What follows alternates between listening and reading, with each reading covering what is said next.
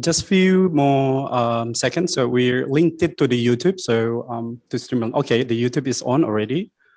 So I think we can start now. So yeah. Yes, yeah. Good afternoon, and thank you everyone for joining us today. I'm Rahmat Effendi from the External Economic Relations Divisions at the ASEAN Secretariat. I'm your host today, as I will guide you throughout the sessions. Today is the first of our webinar series on unlocking Rcep for business, focus on trade in goods chapter. This webinar is in collaboration with the East Asian Business Council as part of our effort to promote and create awareness on Rcep. So the first session today will consist of 3 presentations, which will focus on tariff liberalizations, non-tariff measures, and trade remedies. But before we begin, I would like to give the screen to our keynote speaker. We have now His Excellency Dato' Lim Joe Khoi, Secretary General of ASEAN, to deliver the opening remark. Thank you. Thank you, Fendi. Excellencies, esteemed speakers, panelists, distinguished participants, ladies and gentlemen. I'm delighted to open the webinar today entitled Unlocking Rcep for Business, Trade in Goods. This webinar is the first series of webinars on Rcep that the ASEAN Secretariat will be hosting throughout the year in collaboration, of course, with East Asian Business Council. Following the signing of the Rcep agreement in November last year, 2 parallel processes are currently taking place at the national and regional levels. At the national level, signatory states are undertaking ratification process. At the regional level, preparatory work for the entry into force of the agreement is also underway at the interim Rcep Joint Committee. Against this background, another process should also take place, namely public awareness campaign. We believe this process holds the key to the full and effective implementation of the agreements, which is now targeted to enter into force by early January 2022. This webinar would also be made possible without the contribution of our speakers, which we greatly appreciate.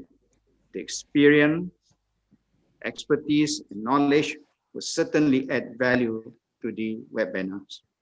We are also privileged to have Pak Iman's participation today, who will later deliver his keynote remarks. And I'm sure many of you are aware, Pak Iman oversaw the negotiation process of the Rcep agreement in his capacity as the chairperson of Trade Negotiating Committee.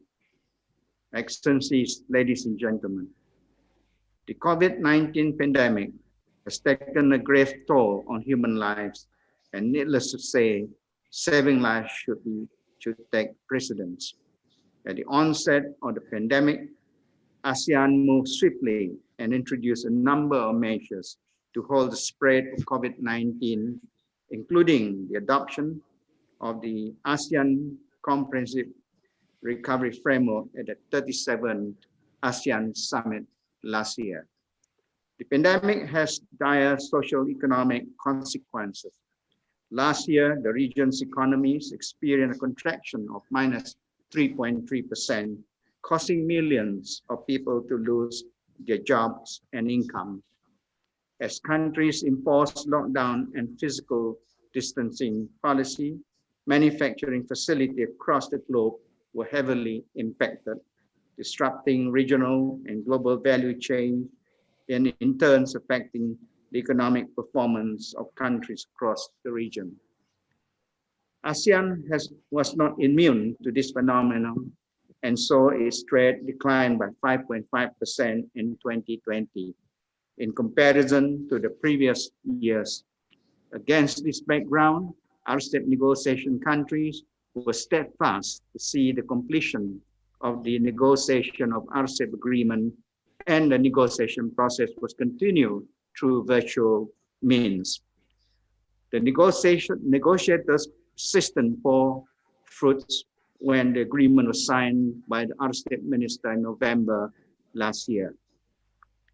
And now we are confident that the timely entry into force of the Rcep agreement will certainly contribute to the post-pandemic social economic recovery.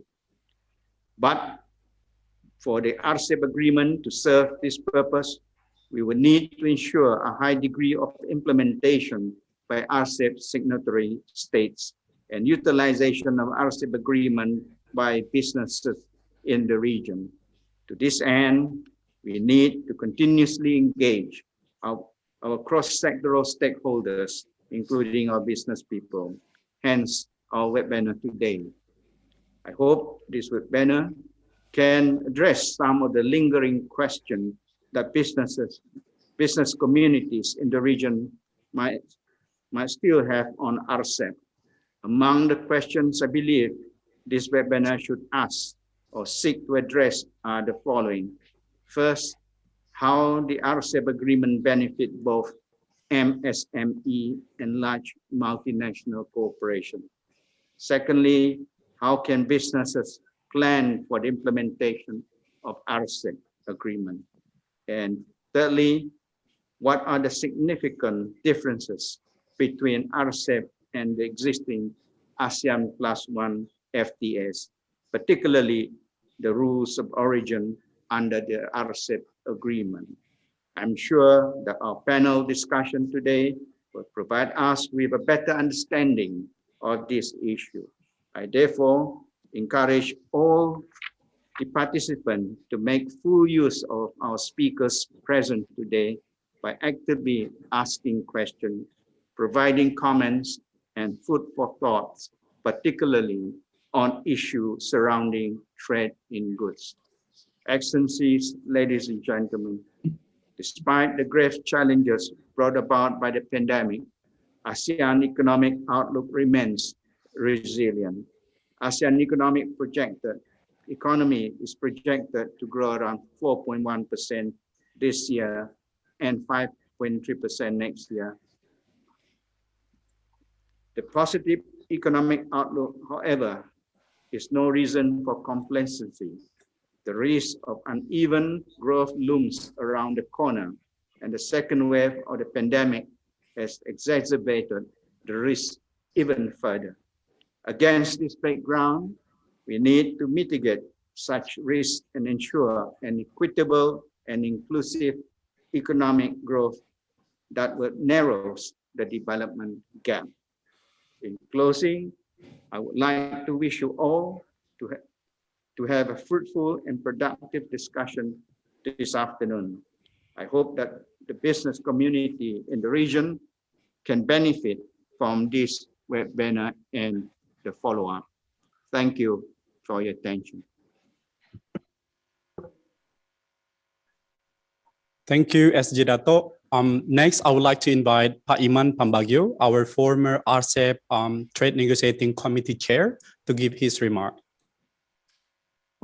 Thank you, Rahmat, and very good afternoon to all of you.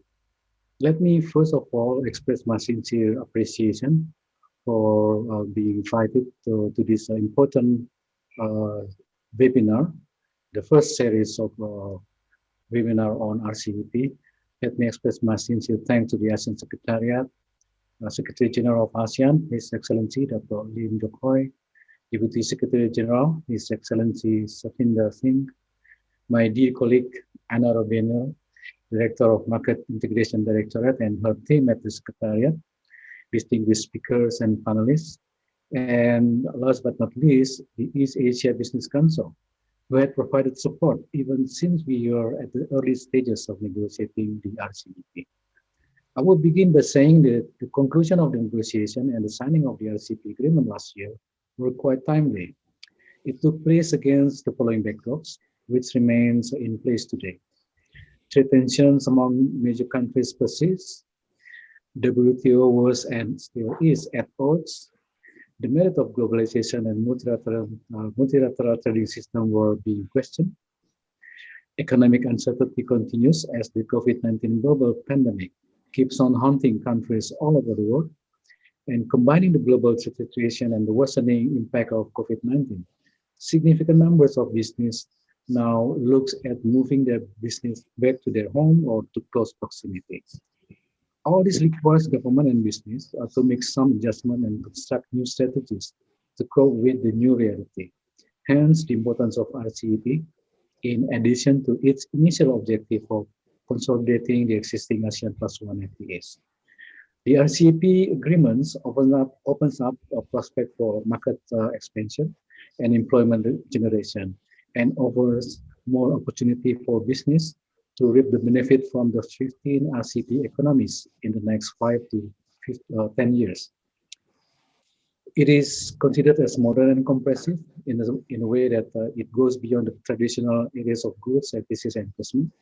It is of high quality, going beyond the ASEAN Plus One FTA, and to some extent, in some preparation, it goes WTO plus, and it inserts mutual benefit in view of different levels of economic development among the parties by way of the adoption of the principles of simultaneous start, differentiated timetables, spatial and differential treatment, and additional flexibility for LDCs, as well as the provision of economic and technical cooperation to ensure inclusivity and equal opportunities.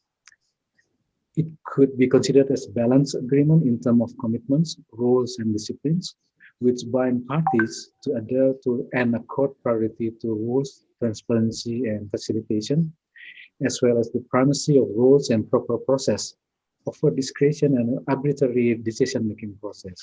And in terms of trade in goods, TIG, the agreement standardizes rules of origin, facilitates custom procedures, and will eventually eliminate tariffs on around 90% of covered products.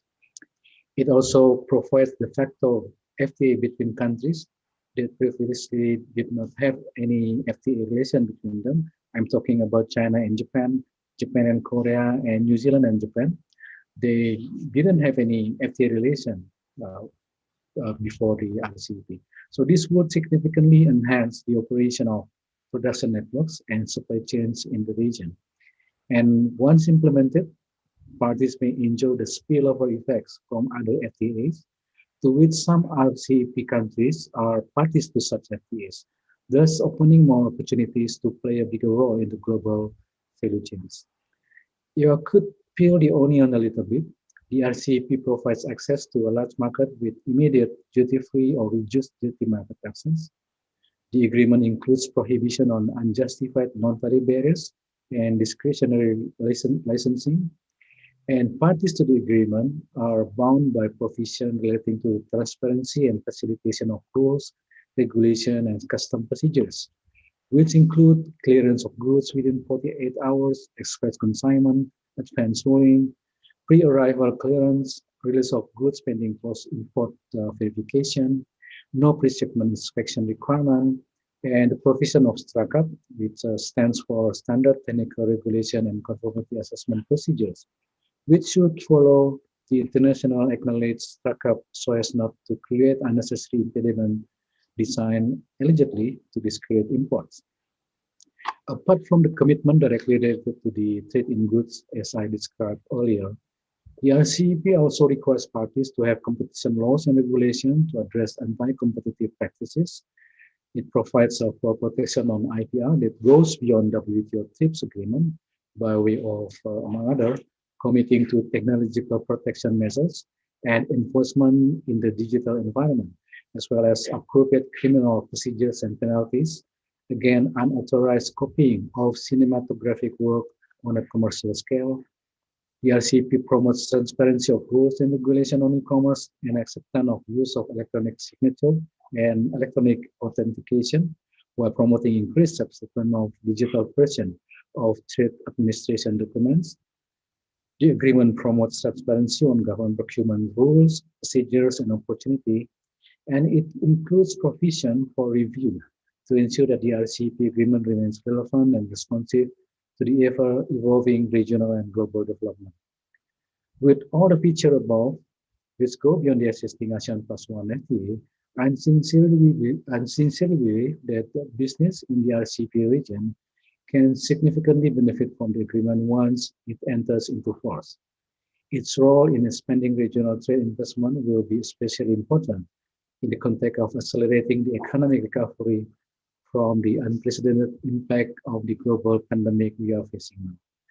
I understand that some preparatory work is underway for the full and effective implementation of the RCEP agreement, but I hope that RCEP parties, individually and collectively, can hold regular information sessions for our business to familiarize with the RCEP provision.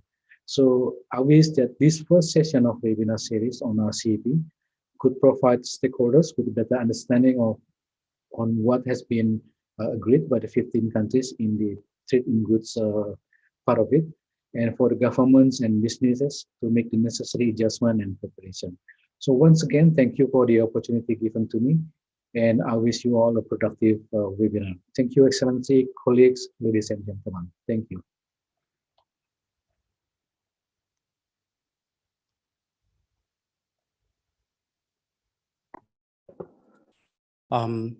Thank you, Pak Iman, for the remarks.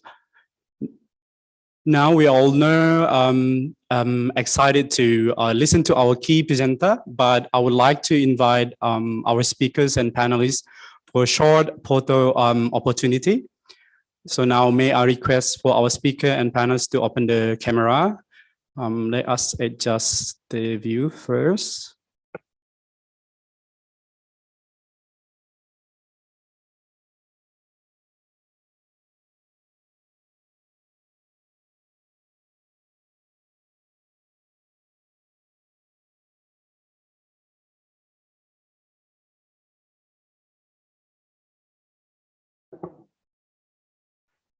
I'll be counting 1, 2, 3. Rcep.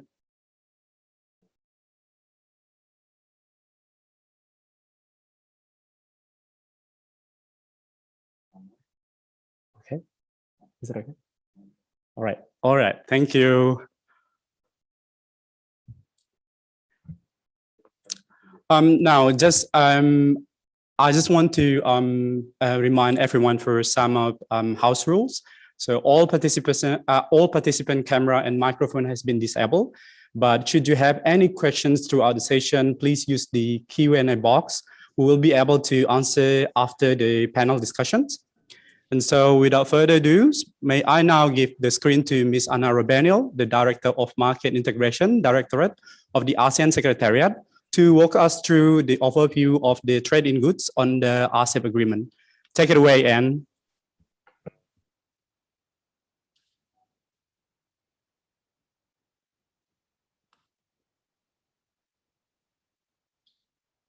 Thank you. Thank you, Ramat. Am I coming clear?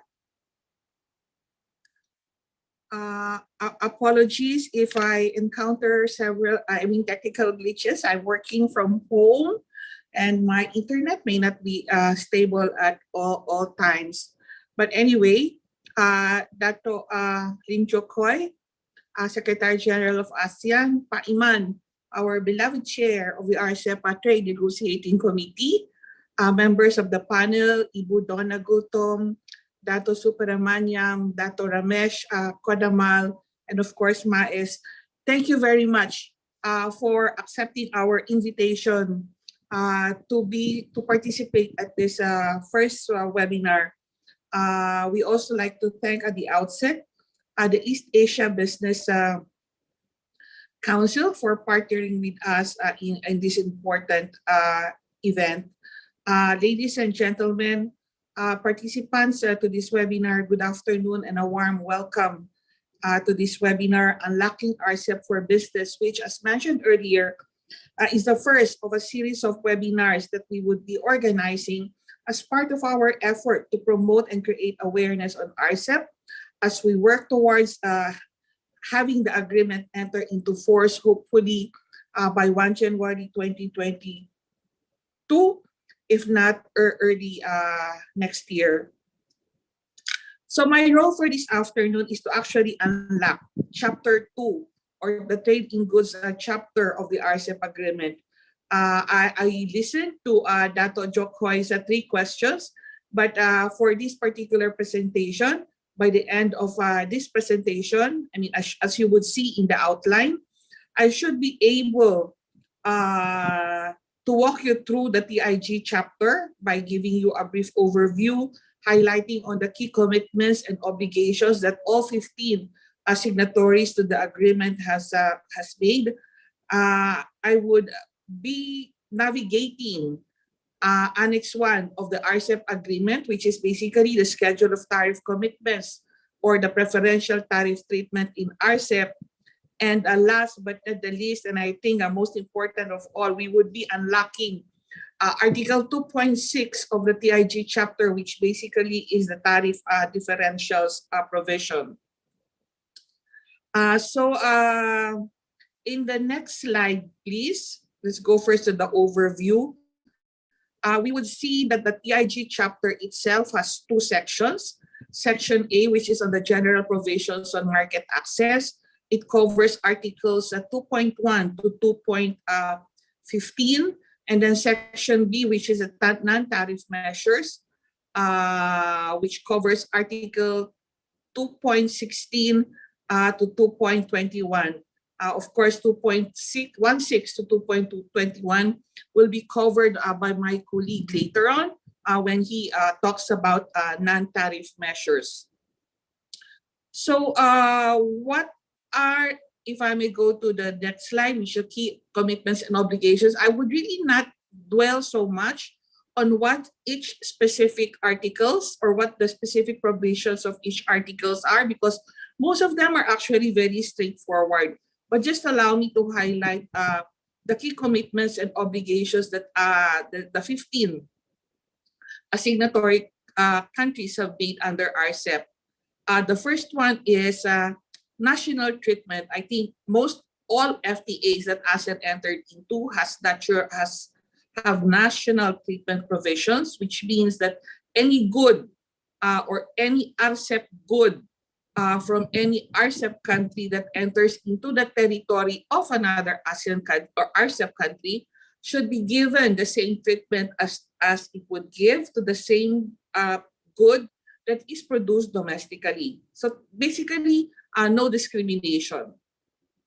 Commitment number 2 is tariff liberalization. When we talk about tariff liberalization in Rcep, we do not mean just tariff elimination, because as you would see, if you would look closely into the schedules, tariff reduction, a lot of, well, should I say, almost all tariff lines have been committed to tariff liberalization, a significant amount of which is for tariff elimination and also tariff reduction.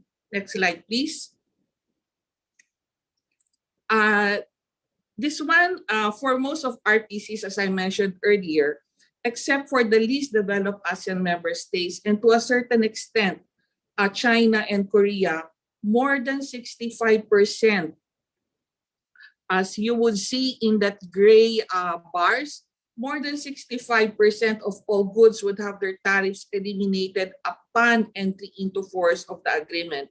And the ultimate objective is basically to achieve tariff elimination on at least 90% of all goods by the end of the transition period that they have committed to.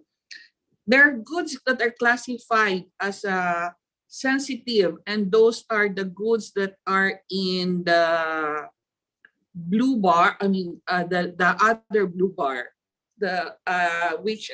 these goods will be the ones that will be subject to some form of tariff liberalization, mostly in the form of tariff reduction.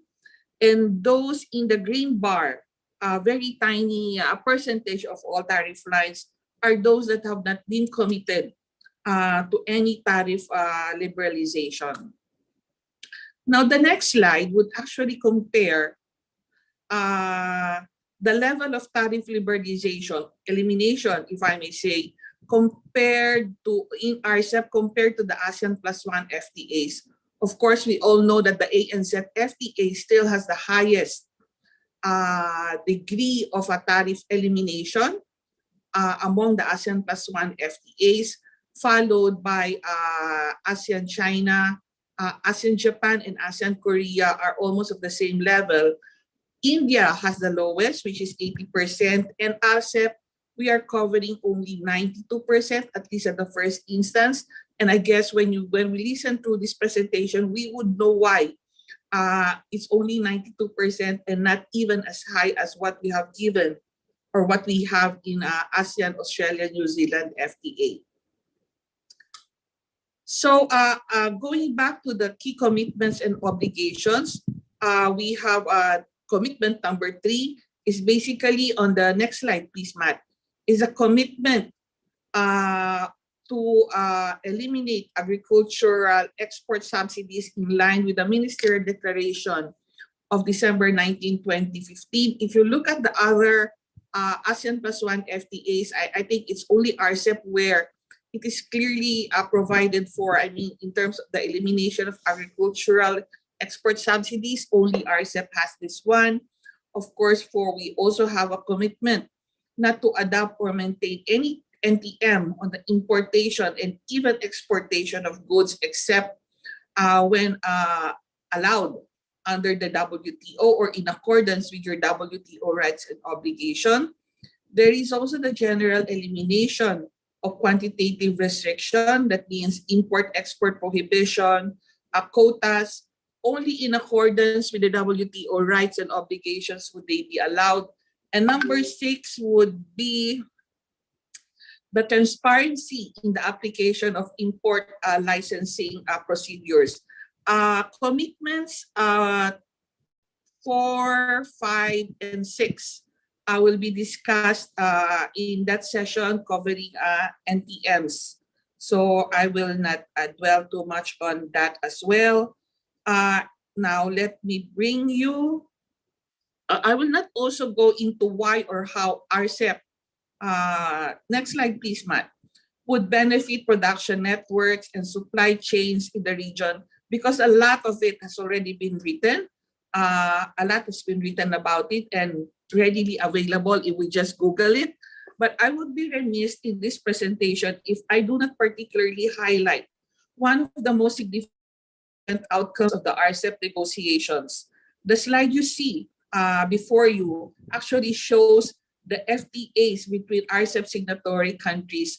And you would note that almost all of them are connected, except for CJK, or as we fondly call China, Japan, and Korea. So in fact, Rcep created a de facto trilateral free trade arrangement or agreement between China, Japan, and Korea. And in this trilateral arrangement, South Korea and Japan will progressively eliminate tariffs on some 83% of goods that they trade with each other. China, on the other hand, will remove tariffs on some 86% of goods coming from Japan. Considering that Rcep is the first trilateral arrangement among these 3 Northeast Asian countries, the level of tariff liberalization could be considered as high enough or fairly decent and bodes well for the regional supply chain, particularly in industries such as the automotive and the electronic industries. Let me now go to the crux of this presentation, which is basically navigating Annex 1 of the Rcep agreement. Because as I mentioned earlier, Articles 2.1 to 2.21 of the Rcep agreement are in most respects straightforward and self-explanatory. But the biggest challenge when it comes to Rcep trade in goods is really understanding Annex 1, which contains the tariff commitments made by each signatory state.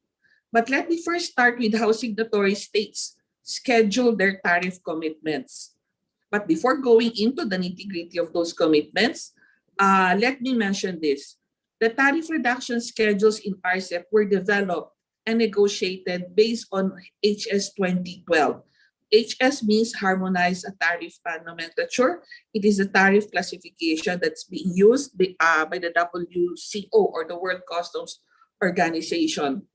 But given that all signatory countries are now implementing HS 2017, efforts are underway to transpose the various TRS to HS 2017, and this we hope to complete in time for the entry into force of the Rcep agreement. You will see later on that in the schedules, you will notice that instead of actual years, you will see just year 1, year 2, year 3, year 4, etc., etc., etc. And except for, which I should highlight that except for Indonesia, Japan, and the Philippines, year would actually mean from the date of entry into force of Rcep until December 31. And then henceforth, the 12-month period would start on January 1 of the next year. In the case of Indonesia, Japan, and the Philippines, entry into force until March 31 of that year, and then henceforth the 12-month period would start on April 1 of that year. Just to illustrate, so that we have a clear understanding of how this will be implemented. Assuming that Rcep enters into force on February 14, 2022, for Singapore, Thailand, Vietnam, Brunei, Cambodia, and Laos, we need at least 6 AMS and 3 AFPs, China, Japan, and New Zealand. So these 6 or 9 countries have completed the ratification process and has notified the depositary, which is the ASEAN Secretariat. Therefore, Rcep enters into force on February 14, 2022. So what would be the applicable rates for these countries? So except for Japan, the tariffs in year 1 for those countries where the agreement has entered into force would be applied until December 31, 2022. Year 2 would then commence on 1 January 2023 and then until December 31, 2023. And then that would move on to year 3, 4, 5, 6, and so on and so forth. For Japan, year 1 would be applied until March 31, 2022. And year 2 would start from April 1, 2022 until March 31, 2023. So that's how it goes. And why Japan has April 1, it's basically they use their fiscal year for scheduling their tariff commitments. Now, for those countries where the agreement has not entered into force, for instance, in the case of assuming that Malaysia, Rcep enters into force for Malaysia on August 7, 2023, that means that the rates appearing in Malaysia's year 2 column in its TRS would be applied until January 31, 2023, and then year 3 would start from 1 January 2024. If Rcep enters into force for the Philippines on September 2, 2023, then year 3 would apply from September 2, 2023 until March 31, 2024. And then year 4 would apply from April 1, 2024. I hope that is very clear. Now, looking at Annex 1, if we may go to the next slide, Matt. Looking at Annex 1 of the Rcep agreement would be daunting at first. And this is basically because the schedule of tariff commitments in the ASEAN +1 FTAs, where parties only have one single schedule that is applicable to all the other countries, or what we call a common concession, that is not what happened in Rcep.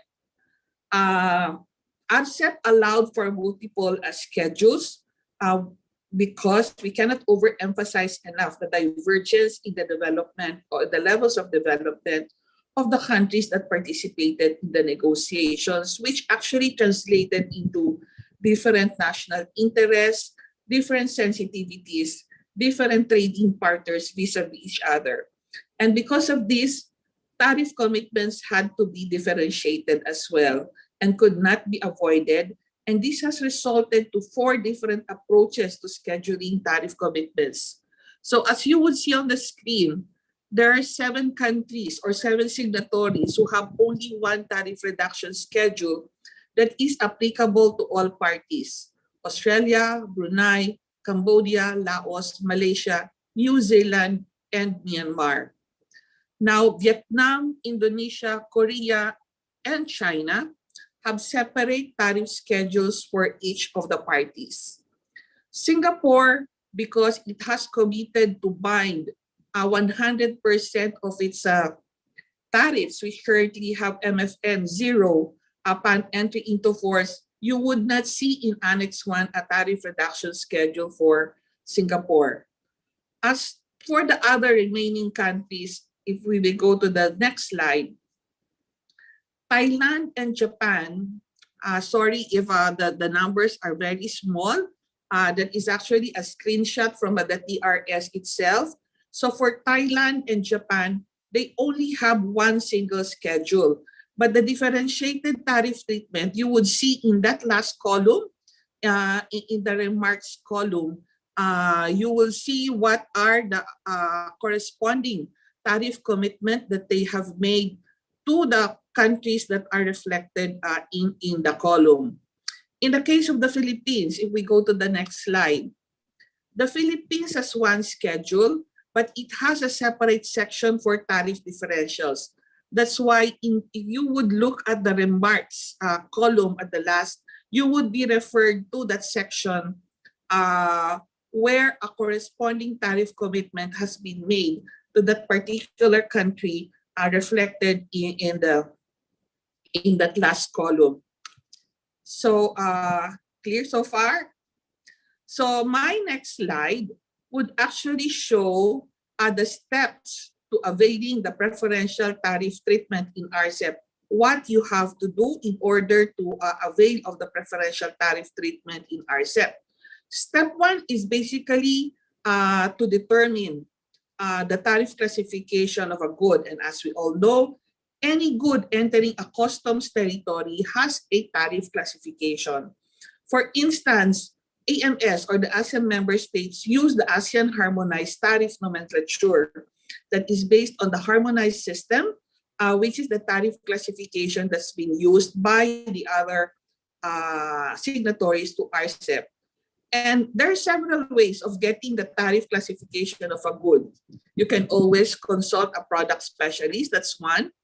Or you could use a tariff finder. If you would visit the FTA portal of most of the countries that are signatories to Rcep, they have a tariff finder.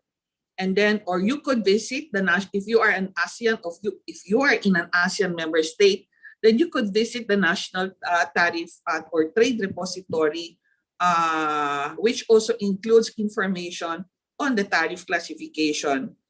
And then, or you can actually apply for advance ruling. These provisions on advance ruling is actually in Chapter 4, or the Customs Procedure and Tariff and Trade Facilitation chapter of Rcep. But there is such a thing as advance ruling for trade facilitation, advance ruling on trade tariff classification, and you could visit your designated government authority who can actually provide for or give an advance ruling on the classification of the product you are trading. The next step is to check if the good is eligible for preferential tariff treatment. And this one you have to refer to Annex 1, or the schedules of tariff commitment of the Rcep agreement. Once you determine that your good is eligible for preferential tariff treatment, then you can secure the necessary documentary requirements, which is either the certificate of origin and the declaration of origin. Actually, securing this necessary documentary requirements would be discussed in detail at the next webinar on unlocking Rcep for business. So to further illustrate on how to avail of the preferential tariff treatment, let me use a hypothetical illustration. Next slide, please, Matt. Let me introduce you to Pedro. Pedro is a rattan furniture maker in Surabaya, Indonesia. He sources his rattan cane from China and Cambodia, and he exports his finished product, which is rattan chairs, to Japan, Australia, and Thailand. So what should Pedro do to avail of the preferential tariff treatment in Rcep? Here, allow me to mention or to clarify that here the assumption is that all the goods that's mentioned in this hypothetical example are already originating goods and therefore eligible for preferential tariff treatment. But how will Pedro avail of that? As I mentioned earlier, the first step that Pedro has to do is to get the tariff classification of his goods. So what Pedro did was to check Indonesia's National Trade Repository, where he finds out that the tariff classification for rattan chairs is AHTN 940381, and for the cane, for the rattan canes that he uses plating materials, it's AHTN 140120.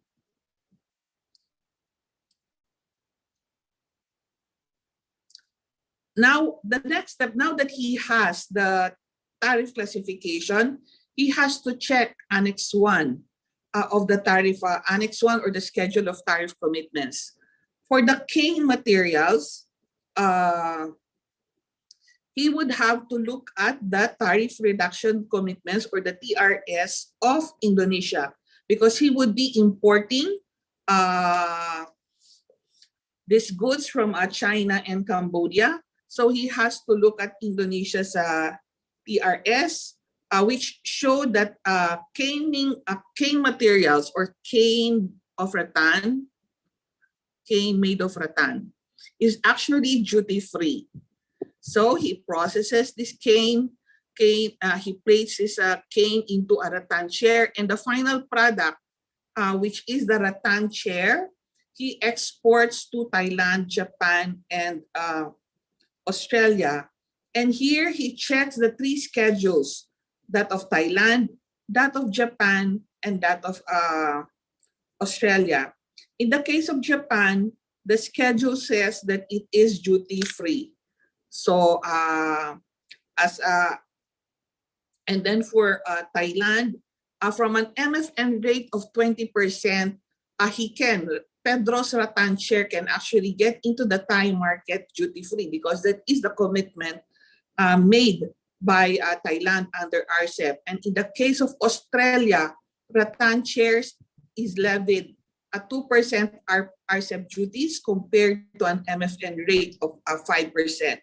Having all this information, Pedro can now proceed with the necessary, with securing the necessary documentation that's needed. He can go to the designated authorities for issuing a certificate of origin, or if Pedro is an authorized exporter, he can actually issue a declaration of origin. That was easy, right? Let us make it a bit complicated. Just now, when I was discussing how Rcep signatory states schedule the respective tariff commitments, I mentioned differentiated tariffs or tariff differentials.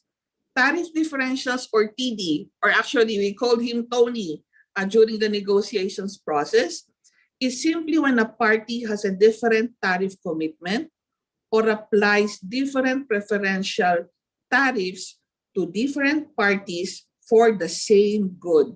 So keywords: different tariffs, different tariff treatment, but we are talking of the same good.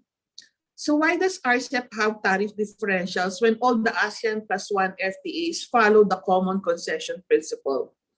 Basically, to answer this question, we have to understand how tariff commitments in Rcep were negotiated. In the ASEAN +1 FTAs, AMS technically negotiated with only one potential FTA partner, as among them, they already have AFTA, or the FTAs the FTA in ASEAN, and trading among the 10 AMS are already duty-free, as more than 99% of goods traded in the region are already duty-free. So on the basis of an agreed modality, each AMS plus the FTA partner tabled their offers, which were then subject to bilateral negotiations. But while that is the approach, there is this understanding that any commitment or any outcome of that bilateral negotiations should be applied to the rest of the ASEAN member states. That's why we were able to come up with this common concession. In Rcep, it was done almost the same, except that ASEAN has to negotiate their offer, has to give their offer to 5 other or 6 other, because India at the time was still there, to 6 other FTA or potential FTA partners. And because of the sensitivities, one country an offer may be, it's okay to offer, say, Australia and New Zealand, but not to China or even India. So it is in that, it was because of that we had different tariff reduction commitments vis-a-vis the non-FTA, the non-ASEAN partners. So what does the tariff differential article actually do? Here, let me name 4. Next slide, Matt.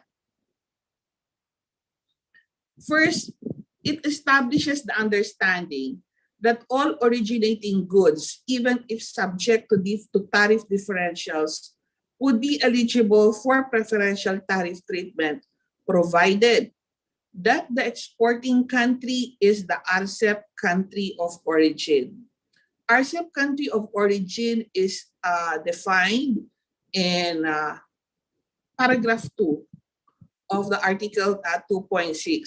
Basically, a country had to meet the rules of origin requirement that is in Chapter 3 of the Rcep agreement to be conferred the Rcep country of origin status.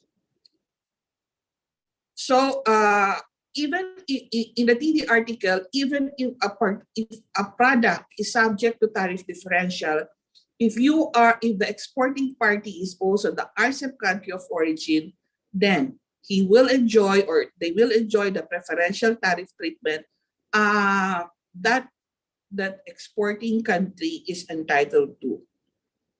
Second, it sets the conditions on how to determine Rcep country of origin if the exporting country is not the country of is not the Rcep country of origin.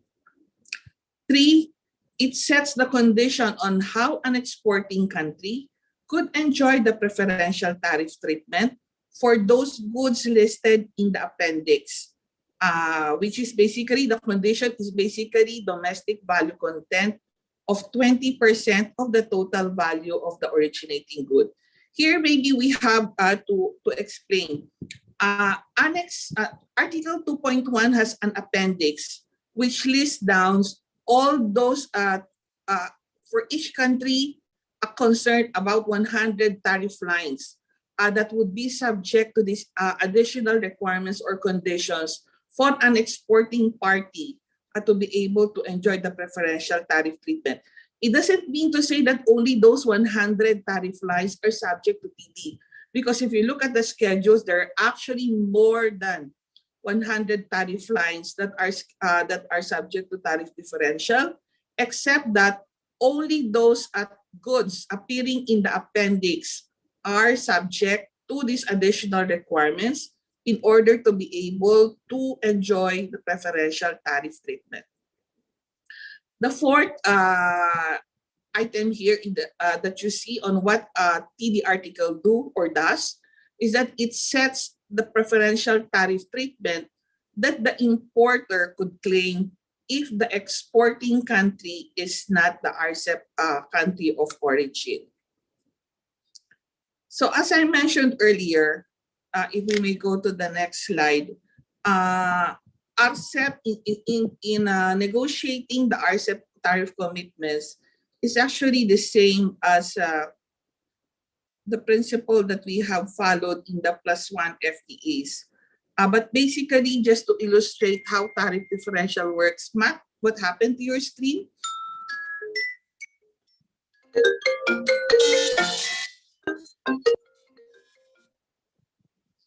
Sorry about that.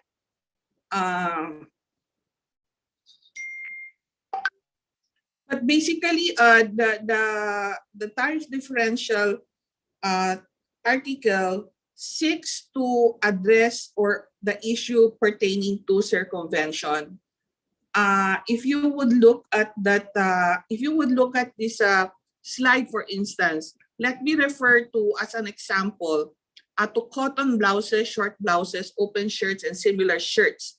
That Japan has a different tariff treatment. So in the case of except for China and Korea, we all know they have a separate arrangement with Japan and with China and Korea. The commitment of Japan is duty-free from entry into force of the agreement. With regard to China, however, the zero duty would only be applied from year 16. And for Korea, the commitment of Japan did not make any tariff commitment at all for this particular item with regard to Korea. So circumvention occurs when, for instance, there is this Korean or this Japanese importer who wants to enjoy preferential tariff treatment even if his good is coming from Korea. So because Korea cannot enter the Japanese market at a duty-free, it would pass through the Philippines and go to Japan because the Philippines can enjoy or enjoys duty-free treatment for that commodity. So that is what we call circumvention. Let us not confuse this with direct consignment because they are totally different concepts. Circumvention is basically trying to go to a market, passing through another country in order to make or in order to avail of a more preferential market access treatment. So to illustrate, probably this is getting to be confusing, but allow me to elaborate by having yet another hypothetical illustration on how tariff differential in Rcep works. Now let's have Pablo, a footwear exporter in Marikina, which is in the Philippines, who exports leather footwear to Japan. Pablo's footwear is classified under HS 6403.59119 or other footwear with outer soles of rubber, plastics, leather, or composition leather, and uppers of leather. For this particular commodity, Japan's commitment for this tariff line is unbound for Korea, while for ASEAN, Australia, and New Zealand, the commitment is duty-free from year 21. Now, the tariff line, this particular tariff line is included in that 100 tariff lines that Japan has in its appendix for tariff differentials. So, will the footwear exported by Pablo to Japan enjoy the preferential tariff treatment that Japan should apply for eligible footwear when the Philippines is the exporting country? Now, the answer would be, if the Philippines, as the exporting country, is also the Rcep country of origin, then that footwear exported by Pablo will enjoy duty-free treatment. If the Philippines is not the Rcep country of origin, Pablo's footwear could still enjoy preferential tariff treatment, but Pablo has to meet the conditions set forth in the appendix. That means he has to prove that 20% of the total value of the footwear is he was able to contribute a domestic value content of at least 20% of the total value of the footwear.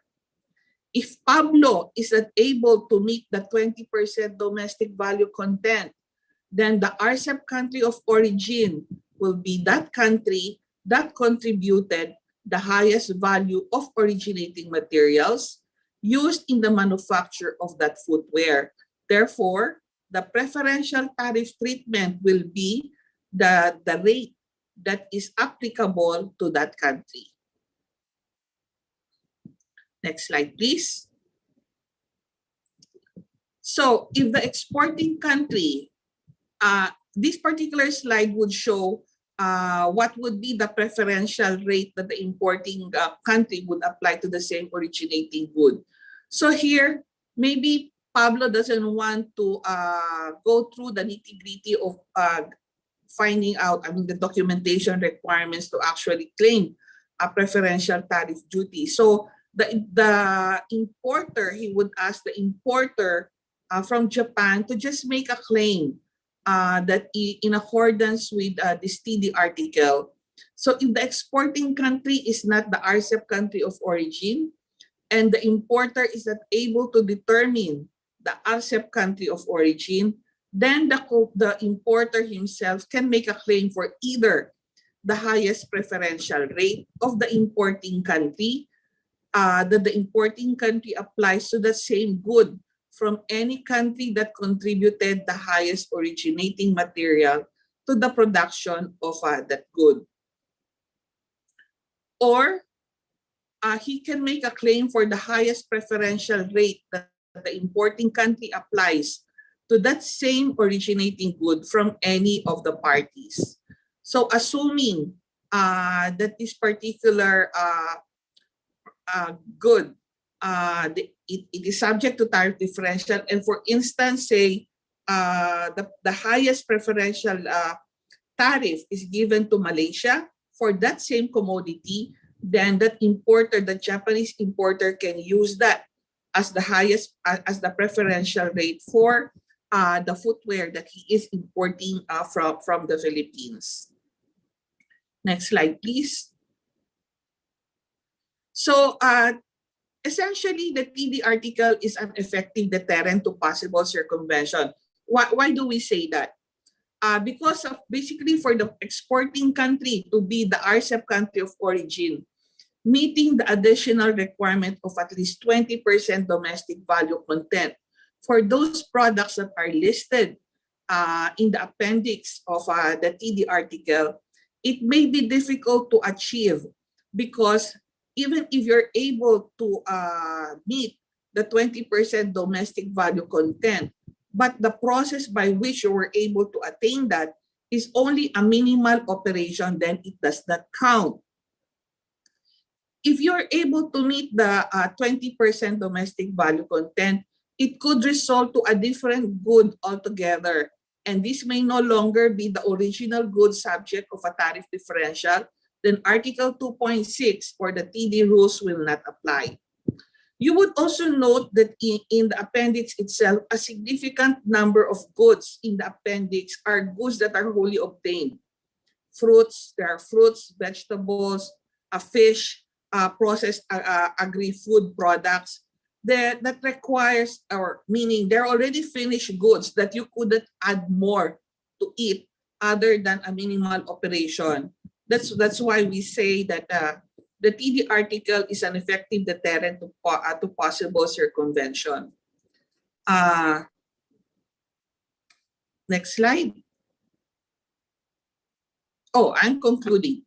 So in conclusion, let me say that Rcep is a vehicle for the region to remain open and quickly recover from the pandemic. It is not replacing the ASEAN +1 FTAs, at least for now.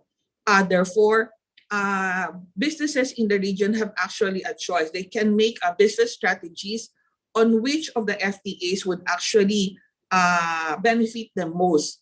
But that is not to say that Rcep is not that good, because the Rcep actually streamlined all the goods or all the rules that are applicable or that are used in the ASEAN +1 FTAs.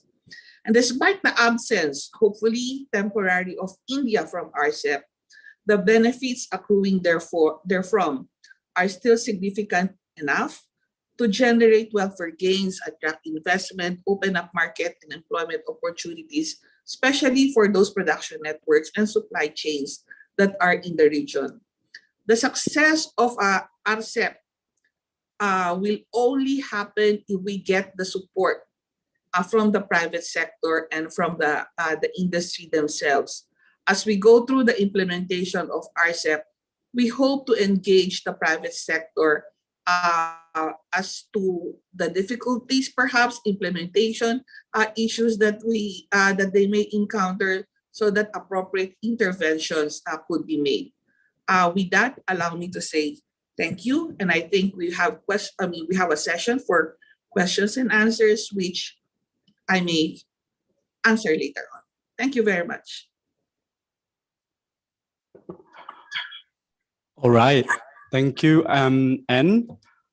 So for the next speaker, we have Mr. Brasuka Gumilang Sujana, the head of External Economic Relations Division at the ASEAN Secretariat. Mas Brava will talk about the non-tariff measures under Rcep agreement. You may have the screen, Mas Brava. Thank you, Fendi. And also, I want to thank the SG Dato for opening the event, and Pak Iman also for giving the opening statement.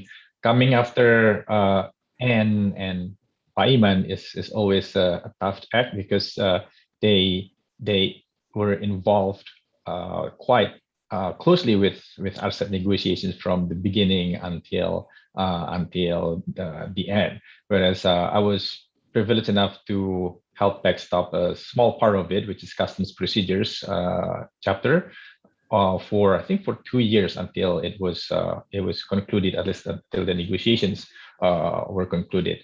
And then I went off to the private sector in the consulting role, where I did help with some businesses in terms of, well, looking into Ntms non-tariff measures that they face in importation to Indonesia in particular. So I won't take too much of your time. I think we have very limited time before we want to hear more from our panelists.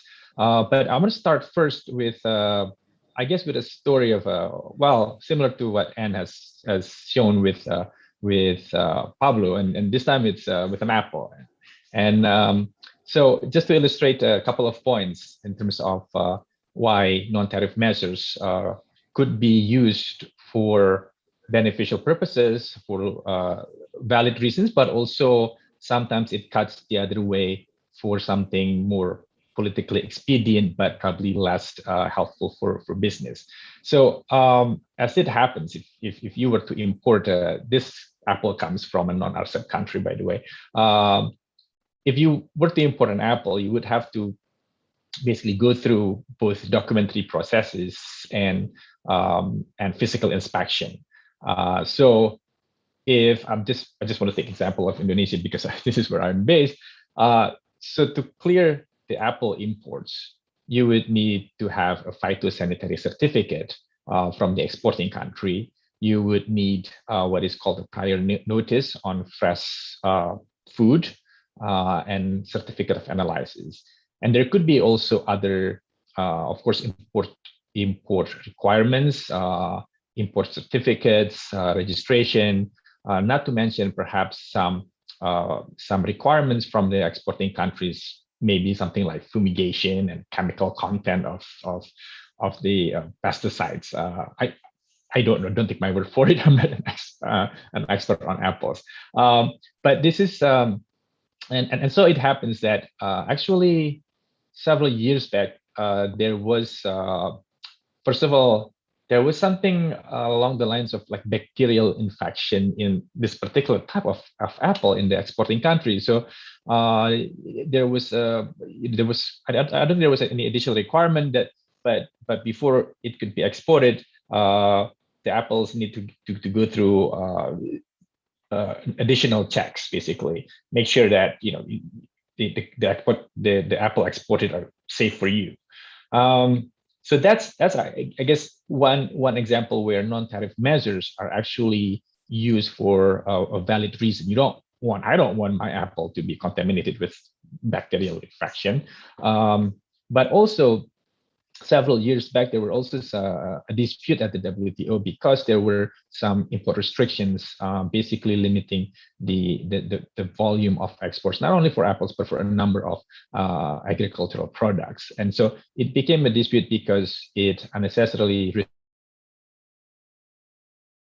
agricultural products. And that's, I guess, the case, just to show to you that there are also non-tariff measures that are issued for political expediency, but perhaps less helpful for businesses. So I just want to use that example to show you the varied range of what we call non-tariff measures. And if you're not familiar with the term of non-tariff measures, it's basically regulations, laws, procedures on a number of sectors, basically on everything under the sun, except for tariffs, which is what Anne has covered. So non-tariff measures cover not only goods, but also services and investment. But for the purposes of this session, we're only talking about those under trade in goods. Can we go to the next slide? Yeah, so I'm just gonna stick to this summary slide for now. So there are 4 types of NTMs under the trade in goods chapters, the relevant chapters in Rcep, and has alluded to the import licensing procedures under the trade in goods chapter itself, chapter 2.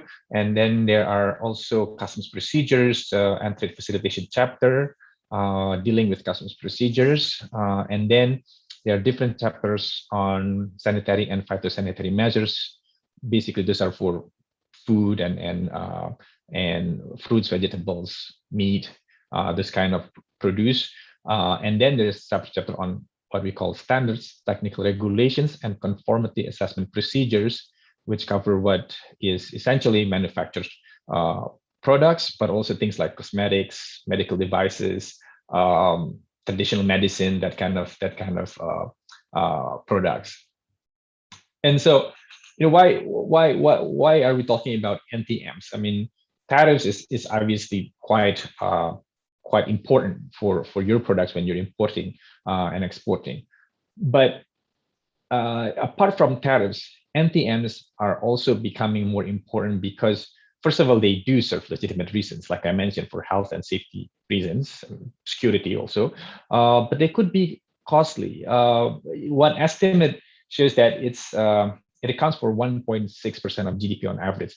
Is that high or low? Economists would say it's 1.6% of GDP, right?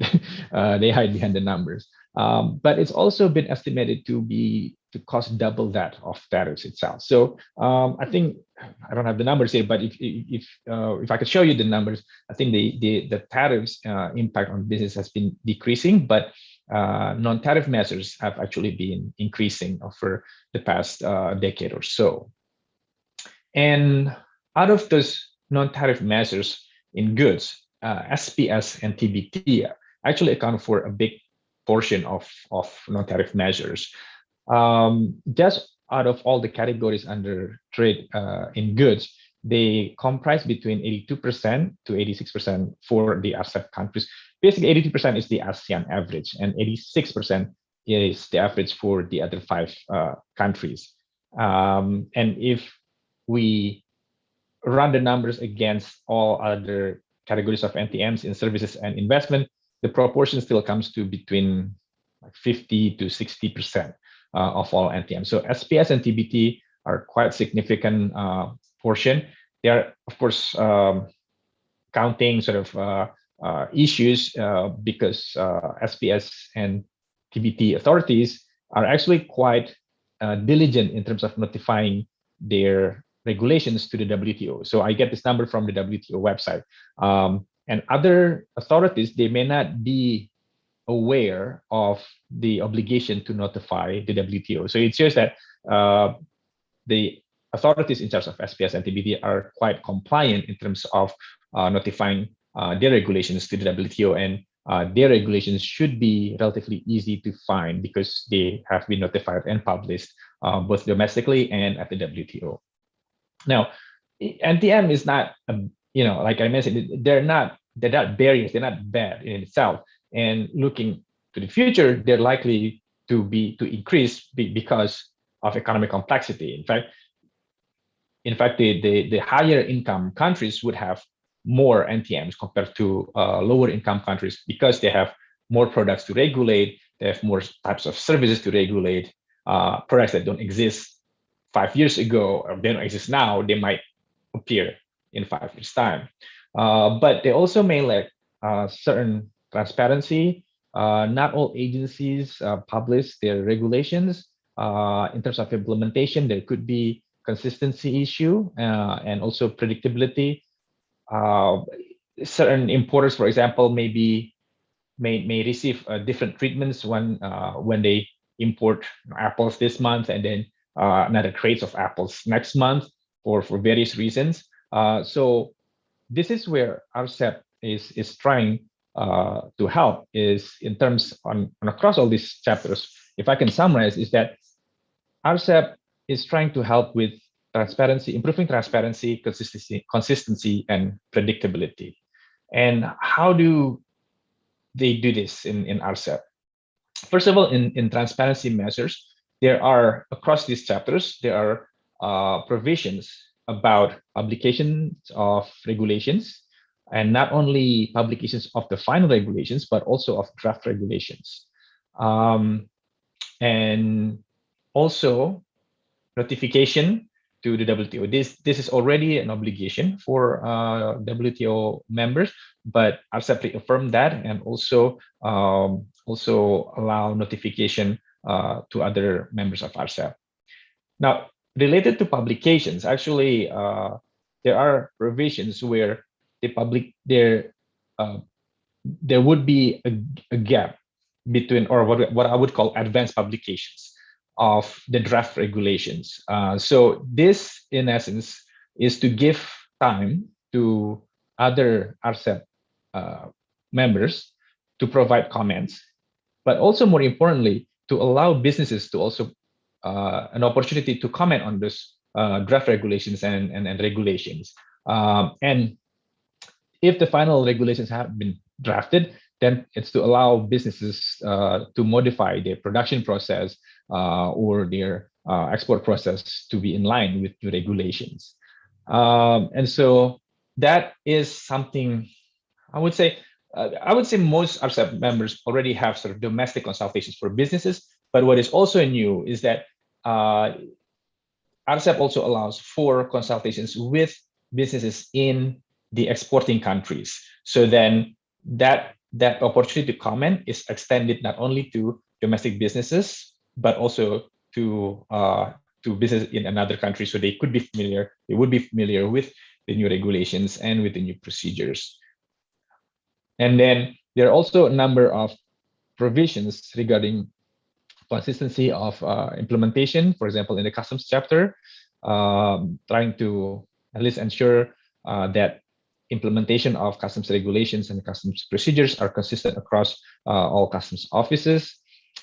Equivalence, there are provisions on equivalence in the SPS and Struck-up chapters, so that would minimize also the transaction costs across Rcep countries, and also mutual recognition in the Struck-up chapter. The customs procedures, which is titled Customs Procedures and Trade Facilitation chapter, also have trade facilitation measures based on the WTO Trade Facilitation Agreement, and this covers things like risk management, pre-arrival process, and as already mentioned, advanced rulings. So then you can get advanced rulings on your tariff classification, whether your tariff is the right classification, whether the customs valuation is also the correct amount before your goods arrive. And so that would also help to with the compliance and implementation of customs procedures. In all, without going into too much details of the specifics, I would say that Rcep would help in terms of the NTM provisions, would help in reducing the information cost. I mean, there will still be compliance cost, of course, and transaction costs in terms of whether you use customs agents, or customs brokers, or you use local importers somewhere versus establishing your own subsidiary, for example. So those costs will still be there, of course. But in terms of the information costs, this is what the chapters covering these NTMs will try to reduce, so that your cost of obtaining information on regulations becomes lower, not only because it's available publicly, but also because you have the chance to comment on the draft regulations itself. You have the opportunity to engage with the relevant government agencies in advance of the entry into force of certain regulations. So that that is, I think, what is different from Rcep compared to other previous trade FTAs. Let me stop there. We have, the other slides are basically covering the specifics of these 4 items. You could will distribute this and you could read them, and of course they're available on the website. But just want to give you a headline sort of snapshot of what the non-tariff measures provisions in Rcep cover. So let me just stop there. Thank you.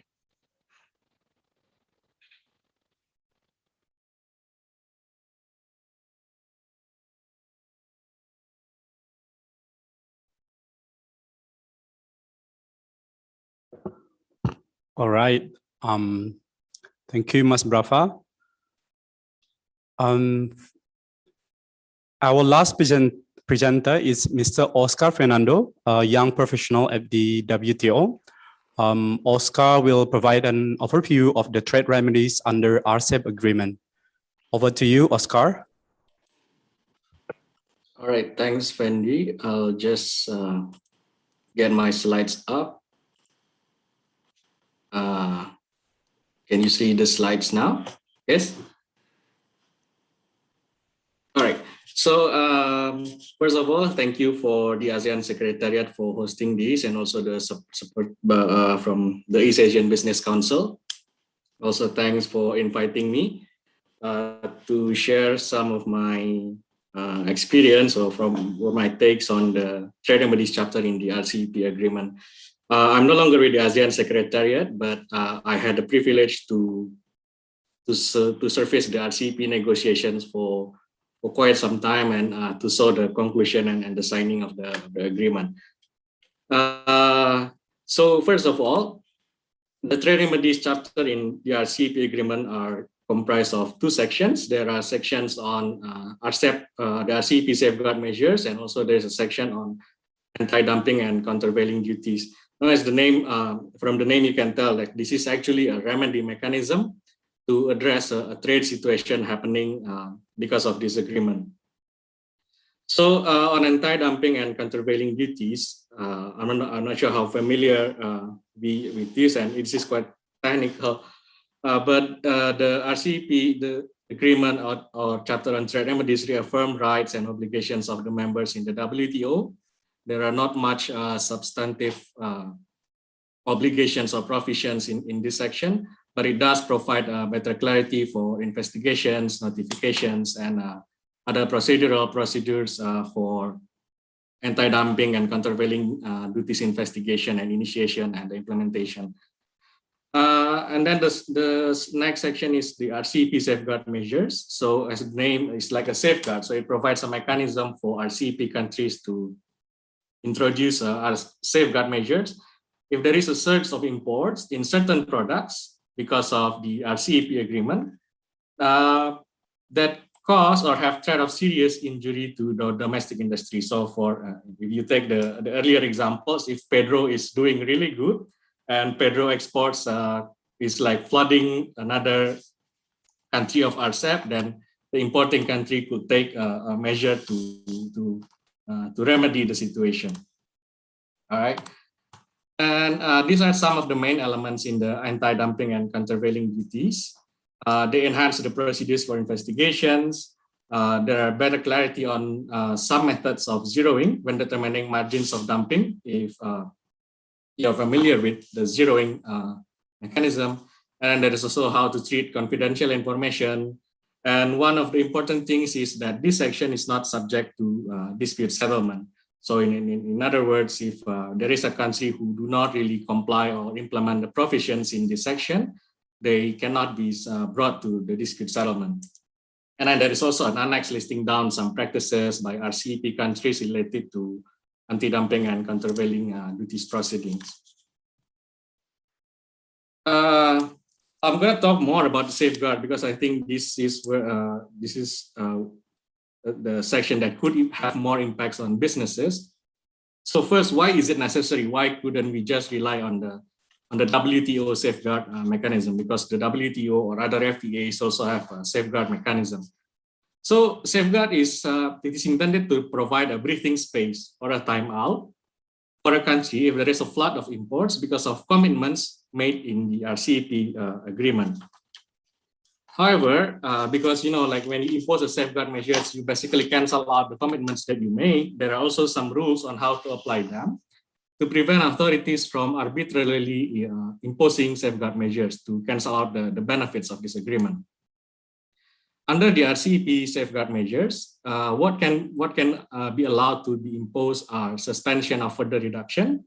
So it means that, for example, Indonesia is reducing a tariff on rice for 10 years, and then in the year 5, there is a surge of import, and Indonesia says, okay, the tariff will stay as it is for a few years, for the next few years, because we are imposing a safeguard measures.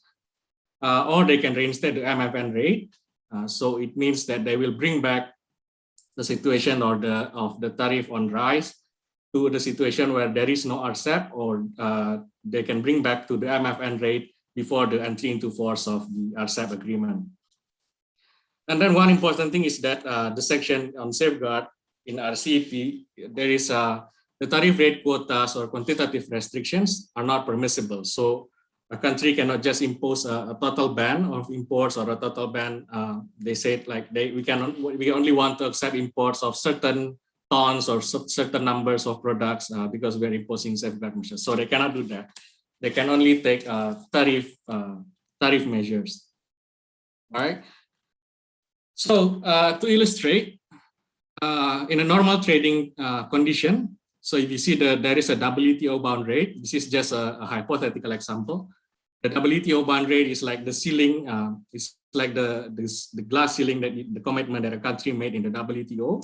And then there is the MFN applied rate, which normally lower. This is the rate that a country applied to imports of products in a normal situation where there is no FTA. And then there is the RCEP rate, which should be lower because the commitments in the Rcep is normally higher than the WTO. And then if they impose the safeguard measures, there can be two things that happens. They can increase the RCEP rate to the MFN rate on the day of the safeguard, or they can reinstate the MFN rate before the entry into force of the RCEP agreement for that country that you see on the right side of the slide. Okay, now these are some of the key elements of the safeguard measures. So the first is duration. So a country can only impose safeguard measures as long or as short as necessary to remedy the situation, and for an initial period of up to 3 years with a possible extension of 1 year. And for less developed countries in RCEP, they are allowed to extend for another 1 year, so they can have a total of up to 5 years. But then if a country imposes safeguard measures for more than 1 year, and then the subsequent years, they would have to liberalize. So for example, say again, in Indonesia, tariff for rice is 2% under Rcep, but because of the safeguard, they are raising it to MFN level, which is 10% for the next 2 years. And then in the year 2, they would have to reduce the tariff progressively. So from 10% maybe to 6% or 5%. And then after that, they should resume the tariff commitments in their RCEP. And then there is also a provisions on de minimis, imports, and special treatment. So if if they are imposing safeguard measures, it will affect imports of all countries from the RCEP countries.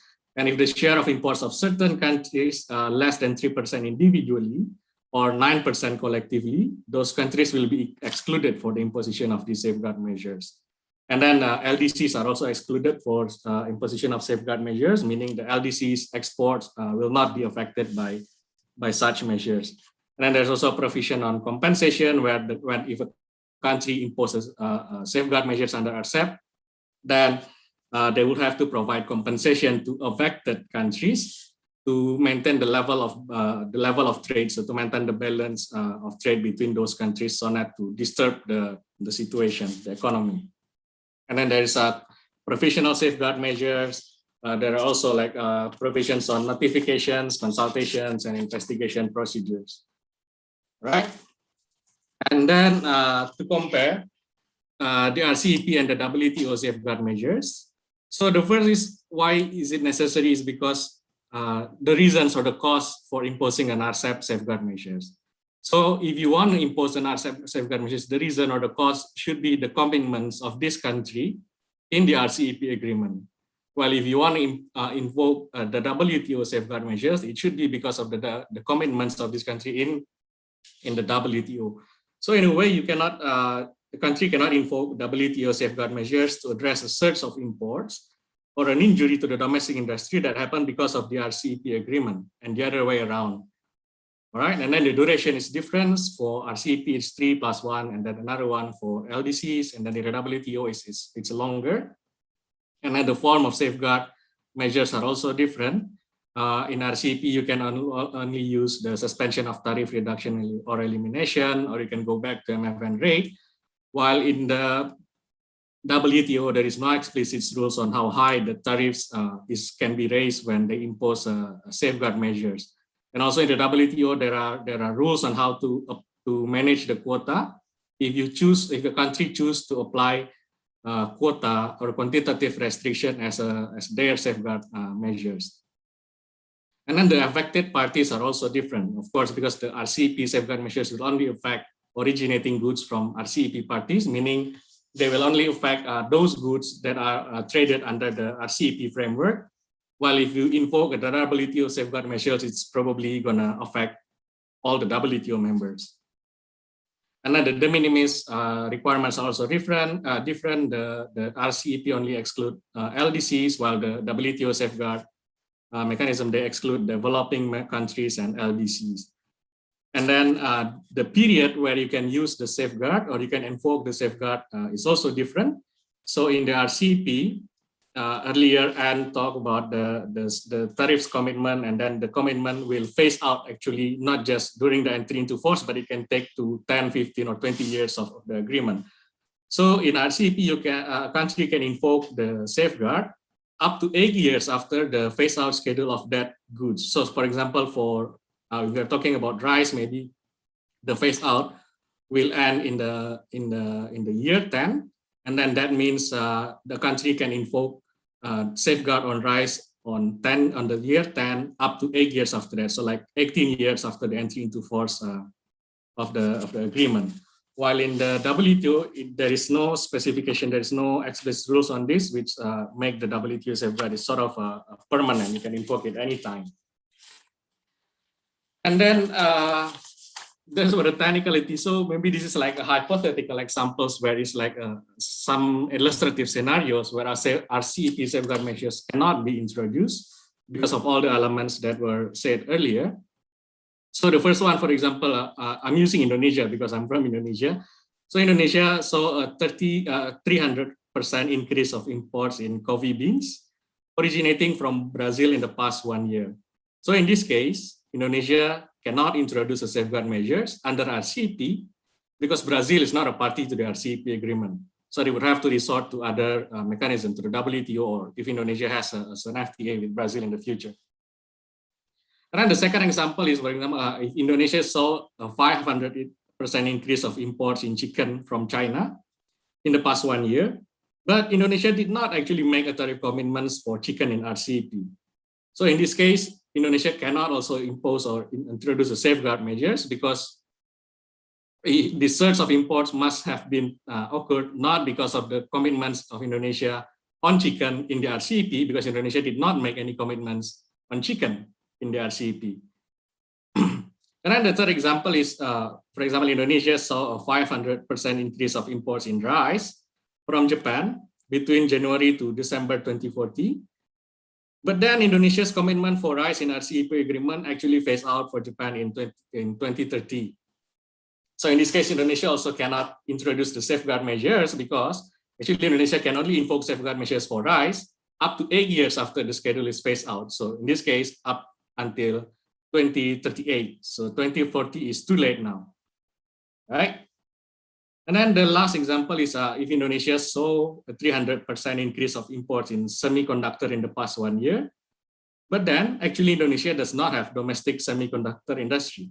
So in this case also, it's difficult for Indonesia to introduce this safeguard measure under RCEP because there is no element of injury or there is no threat of serious injury because there is no domestic industry that is hurting or a situation that Indonesia needs to remedy, right?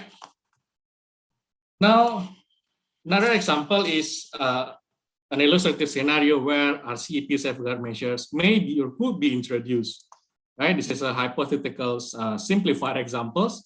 So for example, RCEP enters into force for Indonesia in June 2022. And then between December 2023 and December 2025, Indonesia saw an increase in the imports of rice from Thailand, Japan, and China, each more than 250% up to 550% under the RCEP agreements. So it means like these countries, the imports from these countries under the RCEP agreements are increasing significantly. And then the share of imports of other RCEP countries is less than 3% individually and less than 9% collectively. And then also Indonesia did make a tariff commitments in RCEP for rice, which is phasing out in 2030. And this thing happens, the surge of imports happened between 2023 and 2025, right? So the period falls under the phase out period of Indonesia for rice. And then Indonesia also has a relatively big rice industry.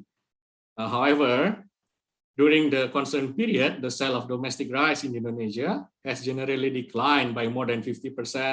And then the stock of rice in the warehouse of some big rice farmers in Indonesia have increased by 100%.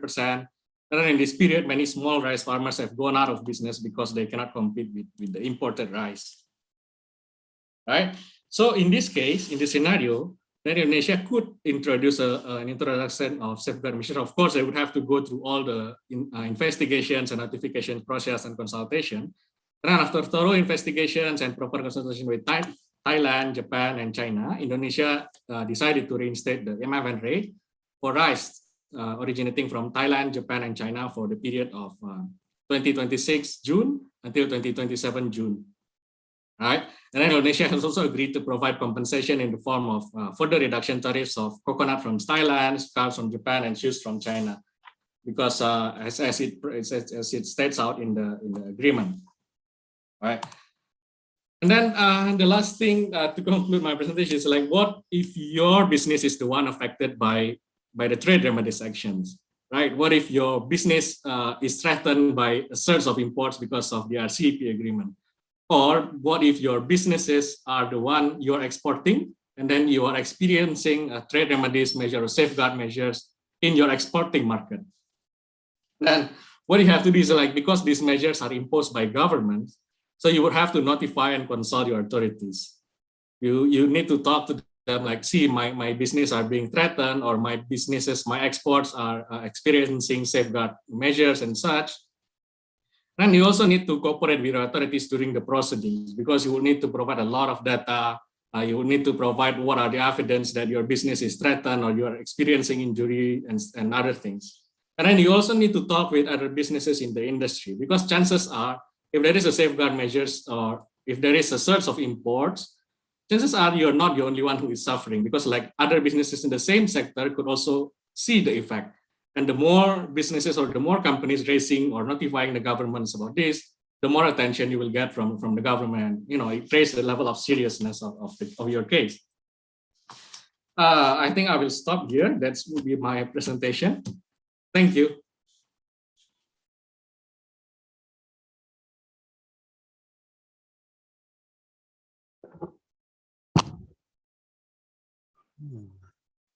Okay. All right. So let me get that. Thank you, Oscar, for the presentation.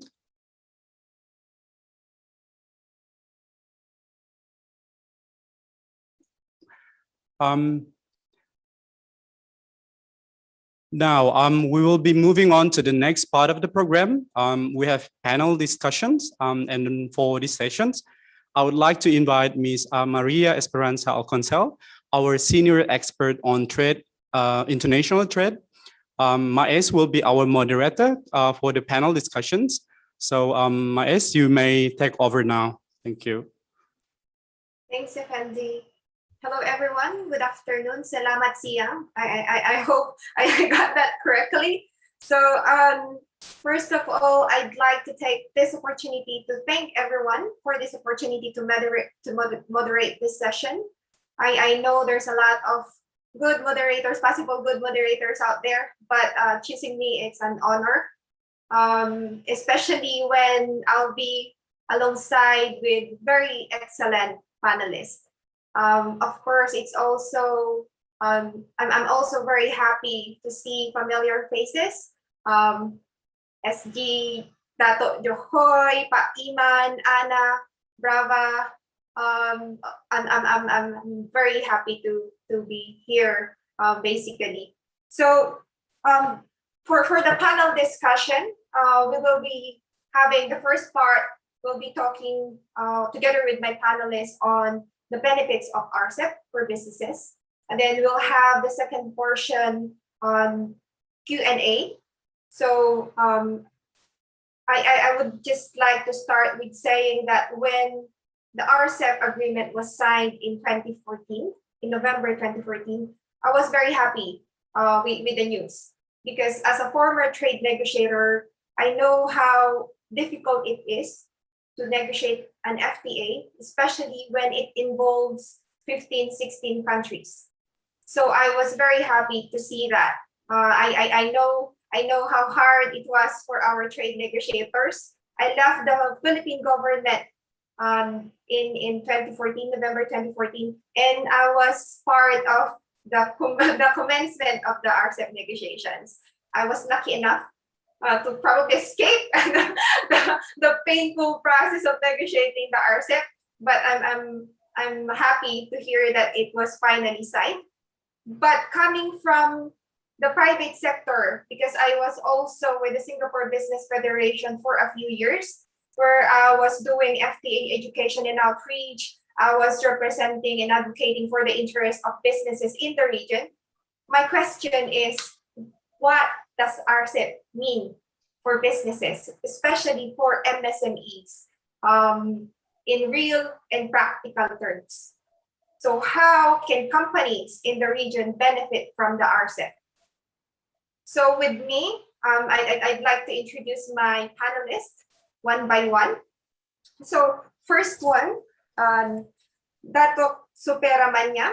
He is currently a distinguished fellow of the Institute of Strategic and International Studies, Malaysia, and an adjunct professor at the International Islamic University, Malaysia.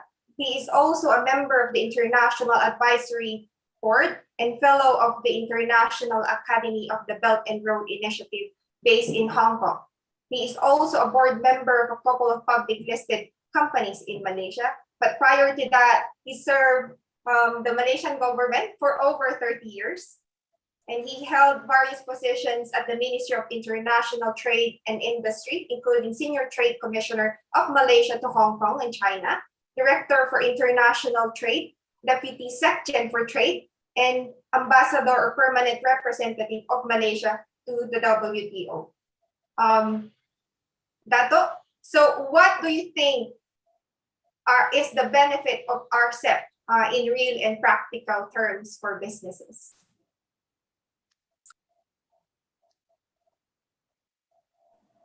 Yeah, thank you very much, Maria.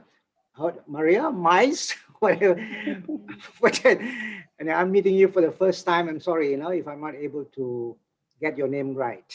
Now, I must say that, first of all, I must thank the Secretariat for inviting me to participate in this panel session.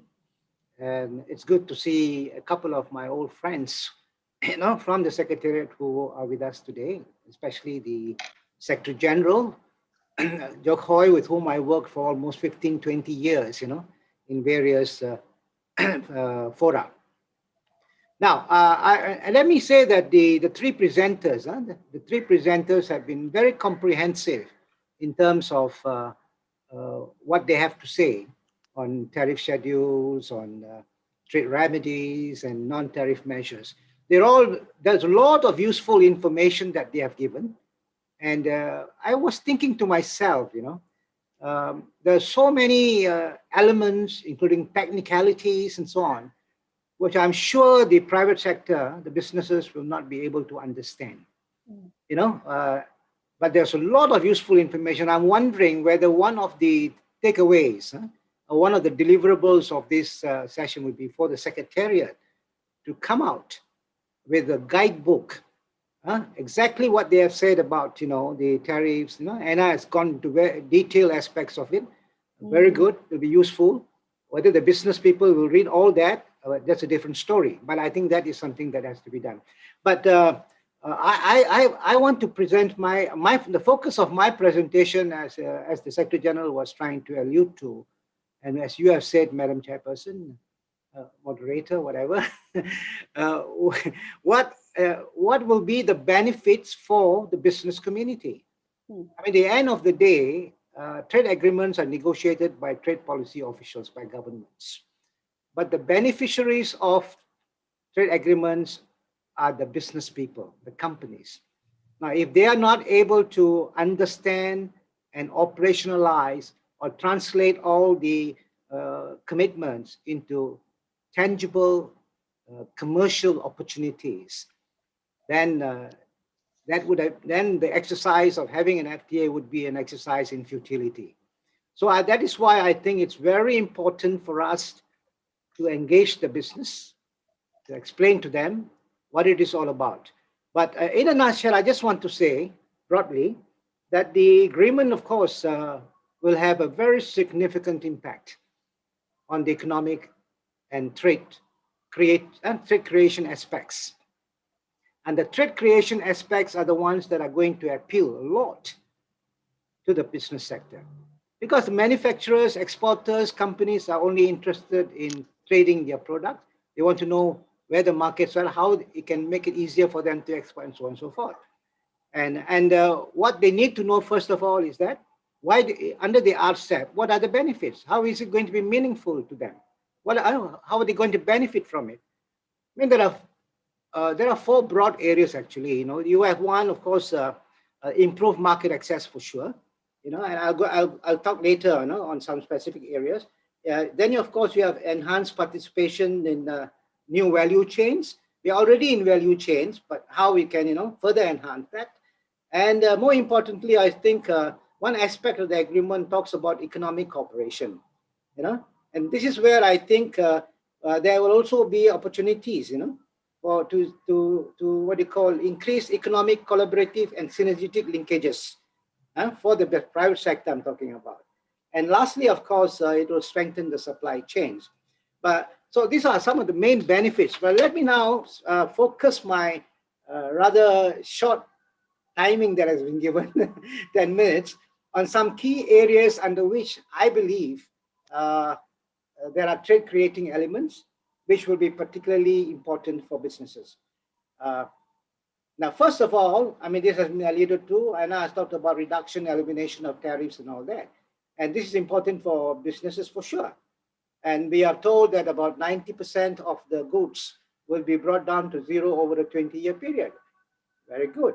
And there are also duties that will, we have heard about schedules of tariff reduction and so on. Now, all this will have, especially the tariff reduction in particular and elimination, will have a tremendous impact on trade creation.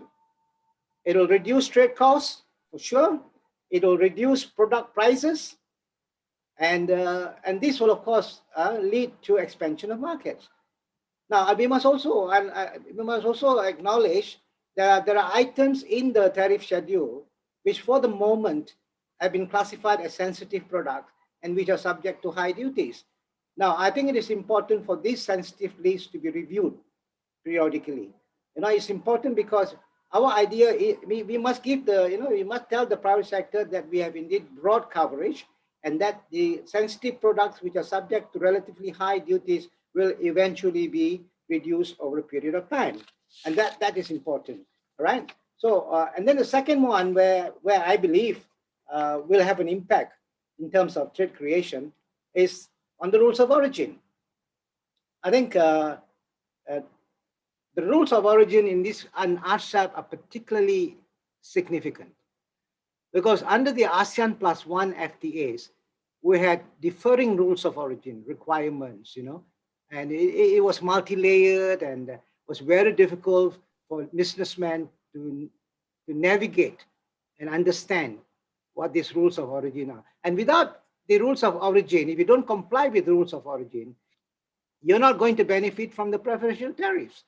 And they were so difficult, and therefore in the ASEAN +1 FTAs, I noted that the utilization of the tariff reduction and all that was not that high. Because many of the small companies, SMEs and so on, they say the procedures were complex, they couldn't understand what the rules of origin were, and it was so costly for them and time consuming for them. So why do they have to utilize the FTA? So they prefer actually to export using the MFN rates of duty, where the MFN rates of duty were already quite low. So they were using that channel as well. So, but I think under the Rcep, we have seen that there has been significant rationalization, streamlining, and even harmonization of the rules. Now exporters now will have to deal with a single rule, and on top of it, what is even more impactful and significant, at least from my point of view, is it allows for accumulation of regional content, which means that under the 15 countries, you can source your products from any of the 15 countries and add up the value of this to meet that regional content level. It's a fantastic development. I remember we have been talking about it. In fact, I was involved with Medela from Philippines when I was we were in the group trying to set up a free trade area for ASEAN +3. Even at that time, both of us presented a paper on the need for co-equal rules or cumulation and all that. It never came out under the ASEAN +1. But we are seeing that under Rcep, and this allows the provision which allows for accumulation is going to greatly enhance trade flows, because companies can now easily ship products and source materials from Rcep participating countries. And also it will encourage greater participation of ASEAN companies in the GVCs, in the global value chains. I mean, we are already connected, we are already knit, but this will further enhance, because there's not going, one single certificate of origin will be issued, and that covers, the product, and you can export to any of the 15 countries. And I think this is going to help a lot, the exporters, very specifically. But mind you, because of time constraint, I'm not able to go into details of it. But when we talk about ramping up awareness program for the business community, all these things have to be dealt with in great detail. I'll come back later to tell what steps that the government, national government should take, private sector should take, and what ASEAN as a region should take. Now, the third item which I wanted to talk about, and this has been alluded to in the key speaker, one of the key speakers, NTMs, non-tariff measures. Now, NTMs such as technical requirements, they refer to technical requirements, technical sanitary and other border measures. And I said sanitary, phytosanitary measures, and other border measures. All these contribute substantially to trade and compliance costs. I think the key presenter had gone into details, but for the exporters, for the manufacturers, it has created additional costs for them. And I can tell you that even if you have tariff liberalization, NTMs, if they are implemented not in a consistent and predictable manner, they can negate the tariff reductions and market access. So it's very important that under the Rcep, I noticed that there is a strong commitment to rationalize and reduce NTMs, examine discriminatory treatment, enhance transparency in assessment procedures, and establish common standards of safety and phytosanitary measures. All these will clearly promote and increase intra-regional trade in goods. So these are some aspects of the NTMs that we need to bear in mind. Then, of course, we have trade facilitation measures. Now, this is another key area of Rcep, which is going to create a lot of trade, and which manufacturers, businesses will be very happy, because there's a strong mandate to consolidate the trade facilitation reform agenda in areas such as, and some have alluded to this earlier, customs procedures, customs administration, legal requirements, for example, interpretation of some of the regulations, rules, inspection processes, use of computerization. We are talking about single window and all those kind of things, right? And timeliness. Now, all these are necessary. All these are necessary to bring the differing levels of trade facilitation to a desirable level of convergence. To the businessmen, this is what they want. If adequate progress can be achieved, it will be possible to deepen intra-regional trade and even make ASEAN region even more attractive as a GVC location. Now, having said that, now I want to come. This is where what should economies do at the government level, at the company level, and at the ASEAN level. And the Secretary General was talking about how do we get the businesses to benefit from these Rcep provisions.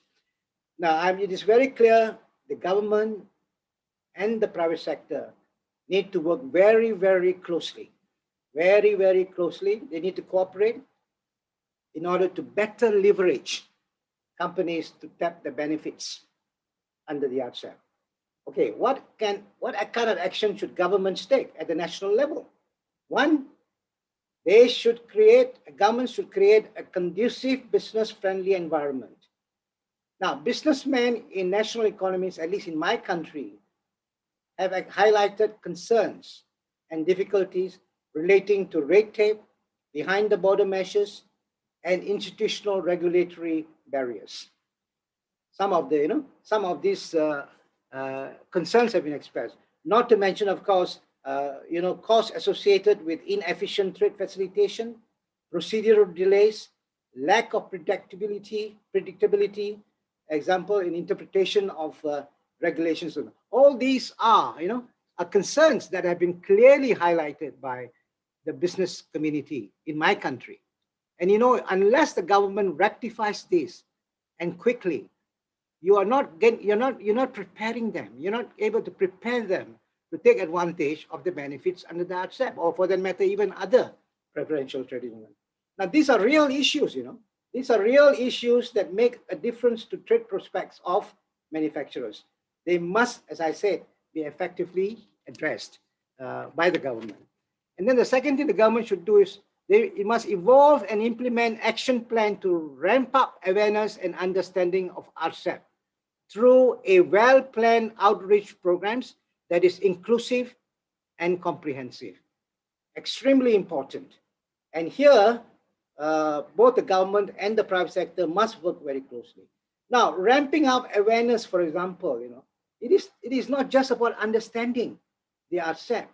In fact, I would even go beyond, and I would like to help. I would like the Secretariat to also play a role in this, in having roundtables, workshops, conferences, apart from general briefing, dedicated sessions, dedicated sessions on the Rcep. It can be on the rules of origin, as it can be explained, and tariffs, for example. Anna has presented a very detailed one. All these things should be explained in detail. Business people have no time to read the document, and they don't understand this.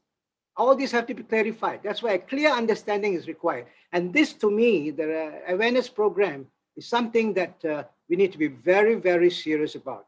ASEAN can do it on region-wide basis, but also at the national economy basis, they have to do the same thing. So there should be a combination of efforts, both on ASEAN as well as national economies. And then, of course, the ministries and all relevant agencies they must also improve the capabilities of their advisory networks, websites relating to Rcep. It must contain a lot of information on new markets, on technical requirements, on product standards, and trade compliance advice and all that. All this should be there in the website and constantly updated so that the business people can have access to these and able to take advantage. And then, of course, we talked about non-tariff measures. There are non-tariff barriers. And businesses will inevitably face a lot of non-tariff barriers, even in the Rcep countries. I was told that when Rcep was negotiated, or on the process of negotiation, about 5,000 notifications were made on non-tariff measures. So you can see. And I also know on the basis of what has happened in other agreements, NTBs seem to have increased over during the implementation period. So there must be a mechanism set up in the coordinating ministry in the national country to address NTBs as well as trade remedial action that we talked about, that was earlier presented, to ensure ongoing trade process. So they have to be very detailed. Now, at the company level, what should they be doing? At the company level, they should strategically consider and analyze the opportunities in terms of access to new markets, cost saving or optimization of supply chain.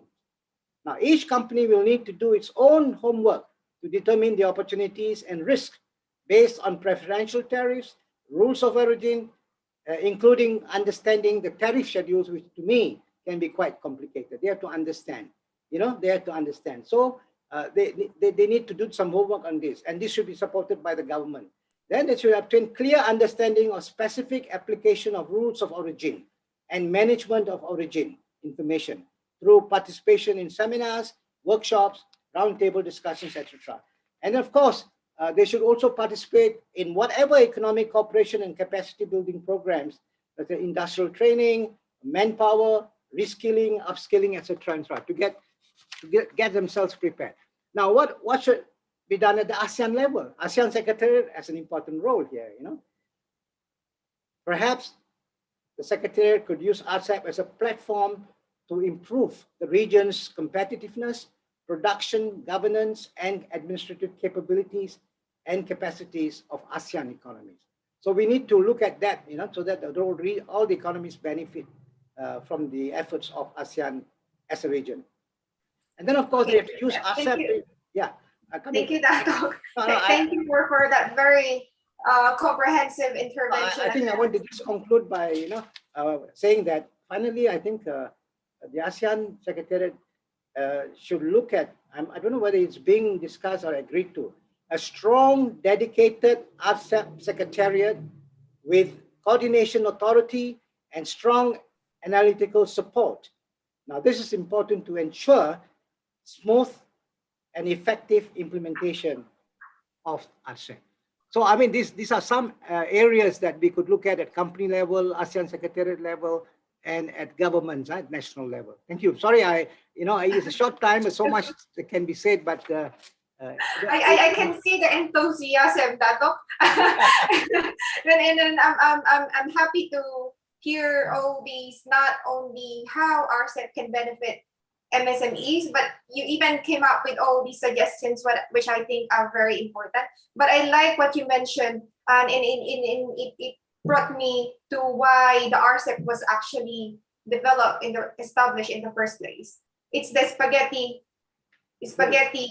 bowl effect, the noodle bowl effect. I know that was one of the key reasons why they have this Rcep, because of this diverging rules of origin, this different certificate of origins that each company need to submit or comply with, making it very difficult for them to use the FTAs. Yes, FTAs can help them. Yes, they can provide tariff savings for them. Yes, they can reduce costs for businesses. But then, in the actual implementation or utilization of FTAs, it's always hard for them to comply with all these diverging rules of origin, certificate of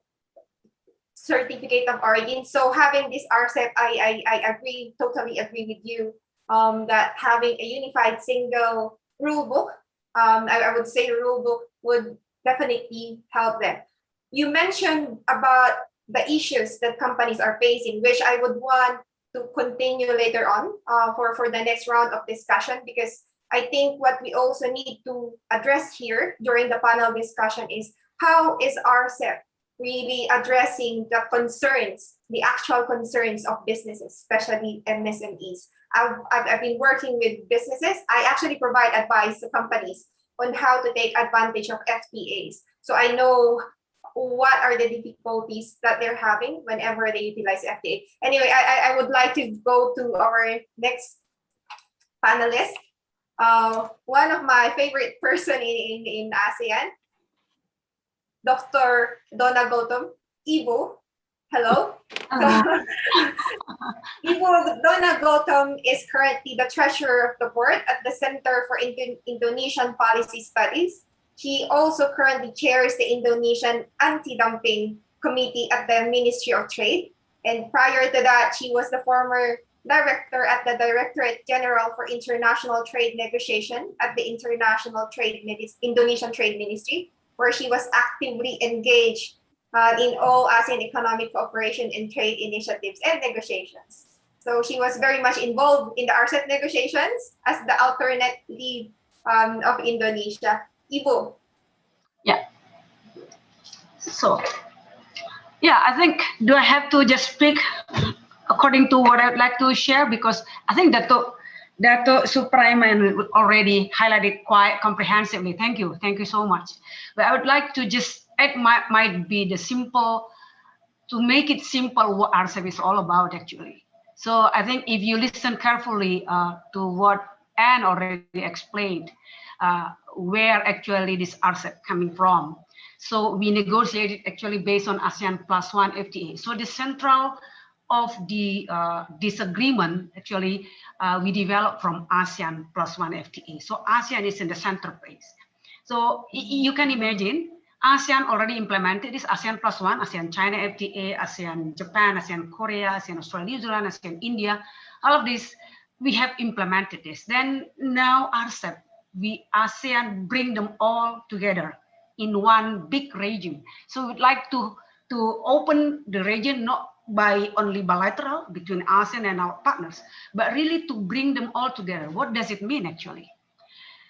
We mean actually for ASEAN, apart from our partners maybe they have already among them FTA, but not all of them. But ASEAN here in the center place, yeah, ASEAN already have. So what is actually the benefit of this Rcep for ASEAN? This big region actually. So ASEAN would like to really elevate its economy toward this regional value chain, or hence later on global value chain, because the formation of this region is actually bring additional value to ASEAN. That was first. So I think companies, big companies who already, so now talking about SME later on, I will link it to the SME, but the biggest player who can make use of this Rcep, of course, the companies who already engage in this regional value chain. Because if you're talking about market access, for ASEAN, this is not new market access anymore. It has to be, if ASEAN, for example, especially, if ASEAN would like to get benefit out of this, ASEAN member states has to be able to establish, invite foreign direct investment to come to the countries to develop new establishment of industries who already look at this all supply chain or value chain in the region between 15, previously we thought 16 of us, and hence go beyond to the global one. So this is actually the intention of ASEAN. Market opening, a very small, new opening market is very small. So if you ask me, the big companies here who engage already with this value chain or regional supply chain. So if they invest in your country, or the industries existing or new establishment industries already, you have it in your countries. Now, how can you bring these MSMEs to collaborate with them, to be the supplier to these big companies? I don't think MSME will directly make use of this Rcep to go directly to the regional value chain, but they have to be mentored by the big companies in your country. I think ASEAN already initiate these initiatives of ASEAN mentorship for MSME between the MNCs, big companies with the MSMEs actually in respective ASEAN member states. I think we have started initially in 2017, yeah, when Philippines was the chair of ASEAN. So we have this initiative. Hopefully our ABAC continue to promote this. So by having this, Mais, I think SME in ASEAN, I'm not talking about SME in Japan, in developed countries. They know how to make use of this. But SME in ASEAN countries, I think ASEAN has to look at itself. So it has to be promoted, this kind of collaboration between, I always say this nucleus and plasma relationship. So the big companies with the small, you make the SMEs into the factory sharing scale. In Indonesia, for example, in ASEAN, we have different scale of SME. So if you're talking about this, connecting to this, make use of this Rcep, we have to consider this. I know this is the responsibility of the government at national level, how they will empower their SME to have this kind of scale, economic scale, to bring these SMEs into the factory sharing, to be able to supply to the big companies who will bring this later on into the global value chain or regional value chain. That's how I see this Rcep actually. It is, I think, what we agreed in Rcep, I think Anna and Brava already highlight this, and also Oscar. This agreement try to facilitate this, what I have explained already. The rules of origin, proof of origin, they try to make it as simple as possible. One rules of origin, so that once you would like to enter any destination, export country, so you have the same rules. But of course, we have a small part of our tariff commitments that to have to go to the very complicated tariff differential procedures that I already explained. But this is only small part, yeah, and not more than 100 tariffs, I think, tariff lines, but quite complicated. This is to avoid circumvention. So to somehow, it's not illegal actually, but you don't allow this to enjoy your preferential treatment, so tariff treatment. So I think the one things that I would like to highlight actually, if this Rcep, we would like Rcep to be relevant to the existing condition now during the pandemic.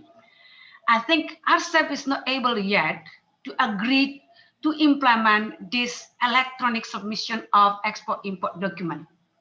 You know, because we have different, like Pak Iman already highlighted, yeah, the level playing field is so, the economic development is so different. So that's why not 15 countries are able to have to settle the system of electronic submission. But I think ASEAN already start this.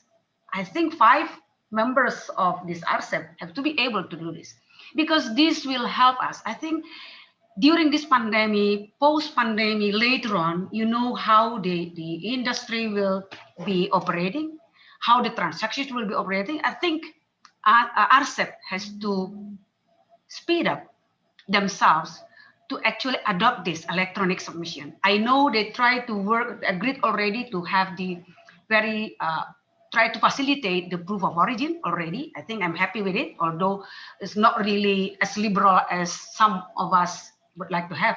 But this electronic submission, I think it's very, very crucial for Rcep, I think, members, and if they have this committee later on, we have to push this happen, because this, during the pandemic, we have to go individually to its partners to be agreed to this electronic submission. So I think maybe I have to stop, because I know that Dr. Ramesh also has to say something on this. So later on, I will add that more. Thank you. Thank you, Ibo. And thanks for highlighting that the Rcep should take into consideration the COVID-19 pandemic. I know many companies, especially MSMEs, are struggling with conducting their business now. So having that electronic submission or recognizing electronic documents from Rcep countries would be definitely beneficial for everyone. Thank you, Ibu Duna. I now go to our third panelist, who is Dato Ramesh Kudama, who is the chairman of Goldtex Group of Companies, a company he founded since 1973, which specializes in import and export of garments and textiles, as well as manufacturing of home furnishings. Dato Ramesh is also the chairman of ASEAN-India Business Council, Malaysia, and the co-chair of the ASEAN-India Business Council. And he is also currently a council member for the Malaysian Industry Chamber of Commerce and Industry, and the member of the Malaysian National Committee for Pacific Economic Cooperation. He actively promotes the interests of the business community between ASEAN and India. Dato Ramesh, I have a lot of questions for you, noting your experience. So your Goldtex Group of Companies, you specialize in import and export of garments and textiles, as well as manufacturing of home furnishings. So I hope you can highlight how your sectors could benefit from the Rcep. Second, ASEAN-India. Noting that India is not part of the Rcep, how will it impact companies that are operating in India, but then they're not part of this bigger FTA? Thank you. Thank you, Maria, for your kind introduction. Thank you to the ASEAN Secretariat for actually inviting me to give my thoughts and views on this Rcep topic. I think it is a very great idea to organize a talk like this. But I personally feel I have been in ASEAN BAC for last 8 years. I have been the secretary for ASEAN BAC and going through the whole process. I think even we are still for the ASEAN Free Trade Agreement, trying to pass a message loud and clear to the businesses down there that start moving within ASEAN. And we have been trying that very hard. And I see this Rcep has come up now, and we are again looking at it at a different level. I think it's a great idea, and the businessmen all actually believe that there is a great opportunity in this trade agreement. But I would like to say that being first the chairman of the ASEAN-India Business Council, we work very hard to rope in India to join us in the Rcep. But somehow or the other, because of geopolitical problems, we cannot say actually the real reasons, but we have heard in various what you call press reports, the Indian industries basically have got a lot of dominance over subject matters where industries are concerned with their government. So they feel that they would like some more time to open up their market. But if India would have joined it, it would have been a fantastic thing. We would have had a huger market. I always say that ASEAN is a bird. We have got two wings with us, China and India. If we want to fly to our greater heights, we need both of them. But it is a little unfortunate that India did not join us, but nevertheless, we are always knocking their doors, trying to explain to them, why don't you take an opportunity? Because we have opened our doors for them. And we hope that they might come up with some thought and join us. But looking at Rcep, I think it's a fantastic idea, and a lot of businessmen will benefit from it. But how much will the 97% of the businessmen whom we call SMEs, which we have been emphasizing, really benefit from Rcep? Because SMEs are businesses which need proper information, proper guidance, proper joint ventures to come in to take them to a different level. I think Donna also expressed her views on SMEs. Everyone has expressed their views because I myself started as an SME, so I know the pain which SMEs go through. It is easy to talk of SMEs, small, medium enterprises, micro enterprises, but the journey which I've taken for 47 years is a journey which is totally different. Today we are the what you call that agents, or we actually have got a right for Disney in Malaysia for home furnishing. We have worked our way through, but it is not easy. But how would we benefit from Rcep? That is the main concern. If you look at it, China is a huge market, but China is a very competitive market.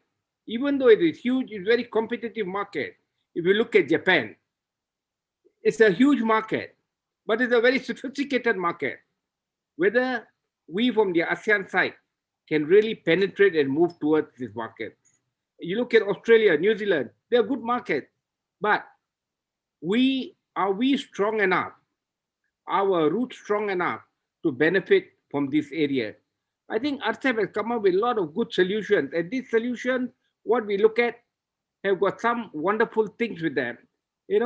So I personally look at it that we need to work towards it. We need to emphasize more. Like even Dato has mentioned that we need to express ourselves on how we are going to tackle SME issues of Rcep to this group of people. Because many of them, when you talk to them about Rcep, or they hear about Rcep, but what is Rcep, they really do not know. So I think, like earlier when I was having a discussion with you, I think ASEAN Bank has been doing a good job. We should tell them to please take Rcep also as another area to start talking within ASEAN. Get all the national chambers to be involved in this discussion. Tell the chambers to move on to see how they can express their problems which the businessmen have, and they can benefit from Rcep. I personally feel another thing, elimination of duties in certain areas will take 15 to 20 years. 15 to 20 years is actually a wrong time. It's not that, it's going to happen tomorrow. So I think we should look at it, because most of them, instead of looking at Rcep, will also depend on the ASEAN FTA. Because, the elimination of duty is going to take such a long time. I think we should give a thought into that too. So there are a lot of things, there are very good things, which they have come up with. Custom procedures and trade facilitation has been included.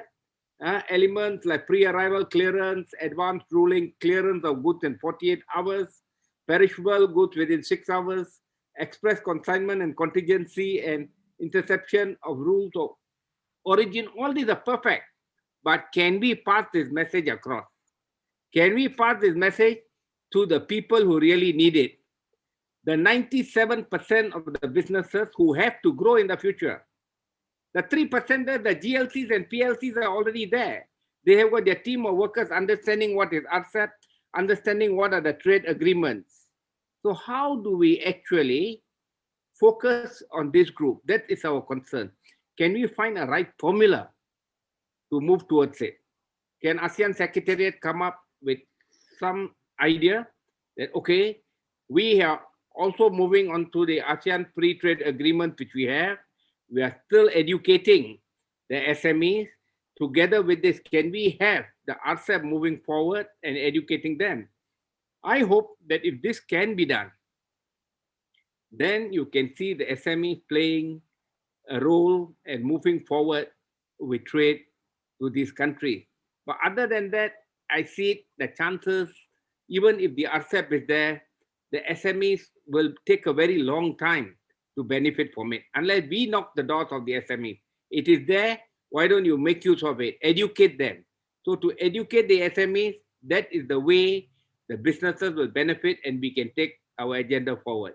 These are my views from the SME side, and I hope that we would like to have, like what Dato said, we like to have more meetings on this, to create more platforms. Today I'm watching, we had 180 participants in the start. Now we are having 123. Are we trying to say that we have publicized this matter to all the chambers, to all the institutions, to everyone around? We can only get 180 people who are interested in Rcep? No, I think there's something which more is to be done. So let's work on it and find out where we can improve ourselves. And the ASEAN Secretariat will play a very important role in this.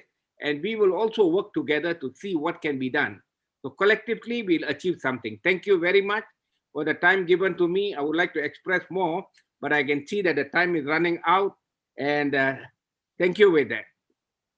Thanks, Dr. Ramesh. I actually would like to highlight what you mentioned, that Rcep actually contains a lot of good elements. that would be very helpful for companies. As everyone mentioned here, the challenges that MSMEs particularly are facing, the lack of access to relevant information, not only on like the FTA benefits, but also on rules and procedures, the lack of technical capability or skills to comply with rules and procedures under FTAs. That's also one. Tariffs, fees, and other charges. NTMs, we have provisions under Rcep wherein they're promoting harmonization, convergence, mutual recognition. But I think I would say the number one problem which would be also the key success of Rcep is in its implementation. So most of the time, it's not the rules or the regulations that are actually a problem for companies. It's how these rules and regulations are being implemented. So that's the one implementation issue that I would like to highlight here. You think the Rcep contains all relevant provisions that would be able to highlight this particular issue or the other issues that companies are facing whenever they utilize FTAs? Or do you think governments or businesses can do more? Ramesh. Definitely, businesses can do more with Rcep. Definitely, the bigger opening and the markets are larger. So definitely, there's a great opportunity. But what my point to stress here is whether the businesses can follow the norms of Rcep, what they are. Because usually SMEs, they don't have that sort of level of thinking. Only a certain level of businesses. So that's what I'm trying to explain. My point here is that even an event like this, which has been organized today, we have minimum people coming in. If everyone was interested in Rcep, all the businesses will be here today. They'll be looking at it. What is Rcep? We want to know more about it. So I think that we should take some way of thinking on how we can pass this message across to the businesses around ASEAN as a group to see they can benefit from Rcep. Rcep, there'll be a great benefit, but we must work towards it collectively. That is important. Every country will take a stand on this because they signed this agreement. They want Rcep to move forward, and we hope we can do it. So let's work together. That is the only way we can pass the message across. I think it's a fantastic agreement. There is no such thing going back on it. But we have to start implementing it. I hope that we can do it by the first quarter of next year so that we have the time, like someone mentioned about the pandemic, the problems which we could face. So these are the problems, but does not matter. But once we start it, we can take the ride on. Let's start it. Yeah. Thank you. Thank you, Dato' Ramesh. Probably I would want to hear from Ibu Donna. What do you think? What else can the government do or businesses can do to make sure that the Rcep would be really beneficial for MSMEs? How to make sure that it's really inclusive in a sense that the MSMEs can participate, can take advantage of it. I've mentioned the problems that they encounter whenever they use or utilize FTAs, and we don't want to have FTAs again wherein the utilization is very low. You've seen all the FTAs, the utilization is very low. So what do you think can the government or businesses can do together to address these issues that they're facing? As I've mentioned a while ago, basically the key problem here in FTA utilization is in its implementation. There's no common understanding on how the provisions of an FTA should be implemented. NTMs, you have all these good provisions saying we need to harmonize, we need to converge, mutual recognition, and advanced rulings, trade facilitation. It's great, I would say. But I was talking to some of the companies, and they're telling me that there's actually a problem there. in the implementation. So you have all these very good objectives, but then when it comes to the implementation, other countries, so one country, they would issue advanced ruling on tariff classification and rules of origin. But what if the other Rcep member does not recognize that? So it defeats the purpose of having all these good commitments, provisions under the Rcep. So Ibo Donna, what do you think should the governments do to make sure that whatever the purpose, whatever the intentions of having this Rcep are really met, and particularly MSMEs would benefit from it? Thank you, Mais. I think I have highlighted a bit, yeah. So because based on my experience, to look at how our ASEAN SME, how we empower them, how we try to bring them into be able to make use of the ASEAN market.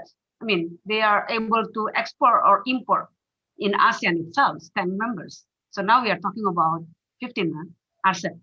So like I said to you, I think Dato' Ramesh, I really actually encourage the ABAC continue working on this, to continue having this intensively promote this amend program initiatives. It has to be clear. I think I know that in my country there are 5 big companies who are willing to take care of some MSMEs. They have the willingness to do this with this amend program. So I think this has to be developed continually.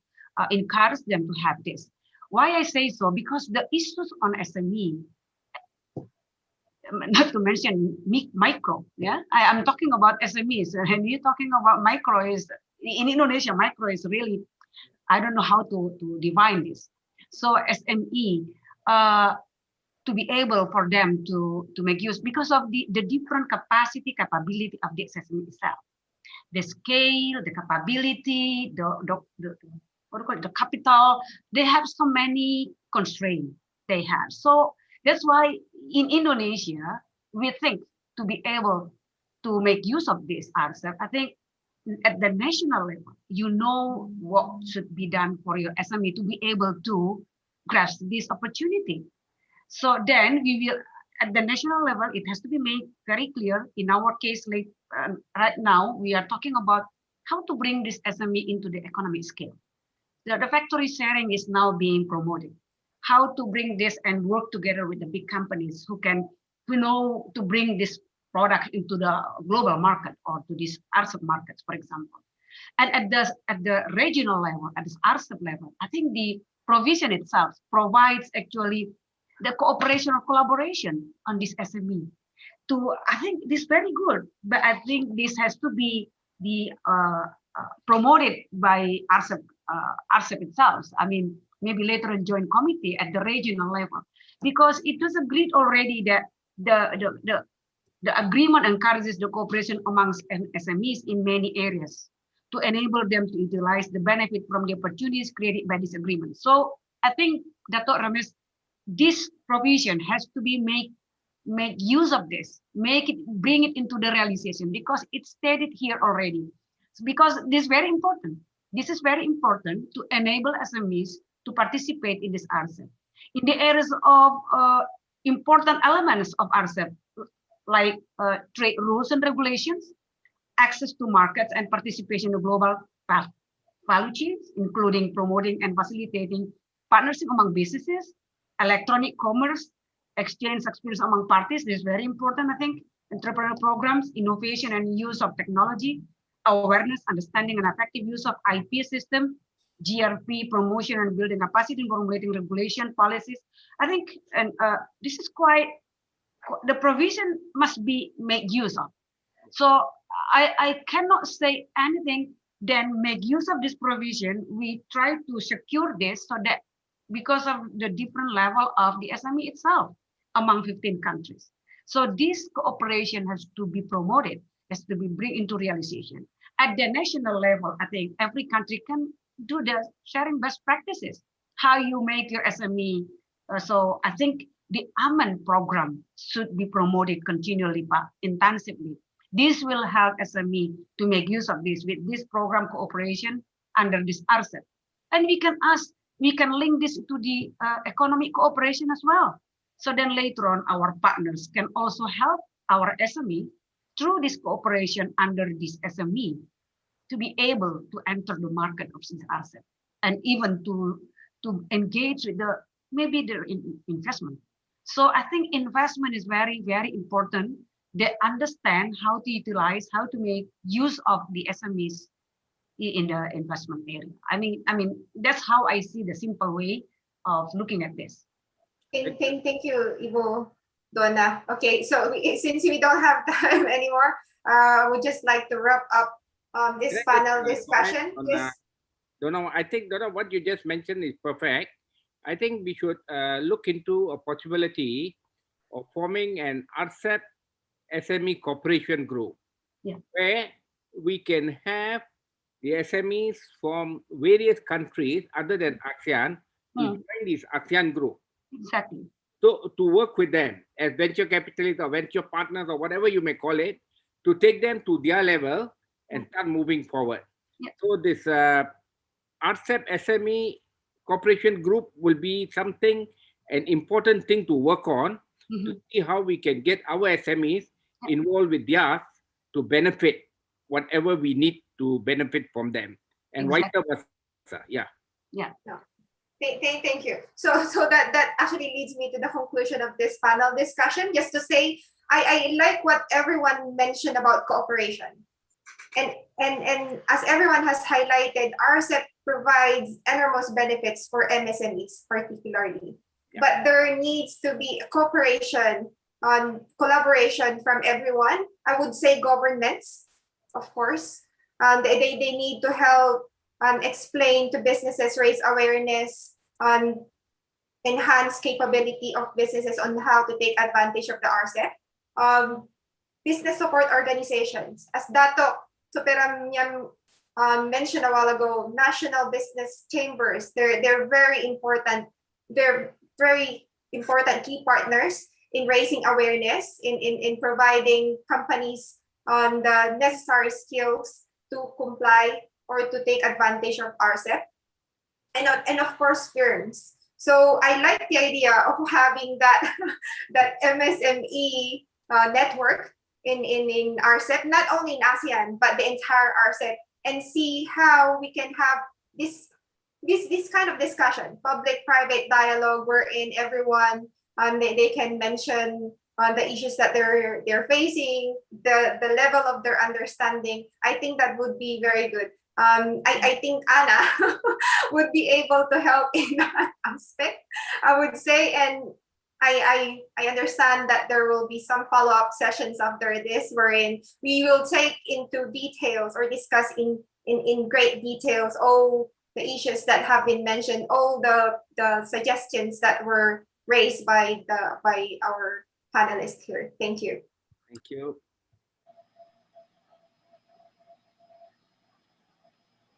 Bye. Bye, everybody. Yeah. You know, is it over? Yeah.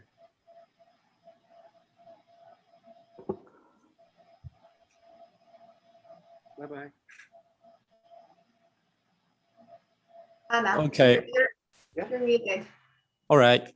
Thank you, Ms. Maes, for the moderating the sessions, and thank you all for the speaker and the panelists. Indeed, we will have webinar series and those topics that we might include, such as SMEs and technical corporations or e-commerce for the next webinar. And then, in fact, I would like to also share to everyone that we will be having, we'll send you a short survey to get your feedback on today's webinar. And we will be grateful if you could answer so that we can reflect your views and opinions on webinar in the future. Thanks again for the speakers and the panelists. So this webinar is coming to an end. This has been excellent start for our Rcep webinar series.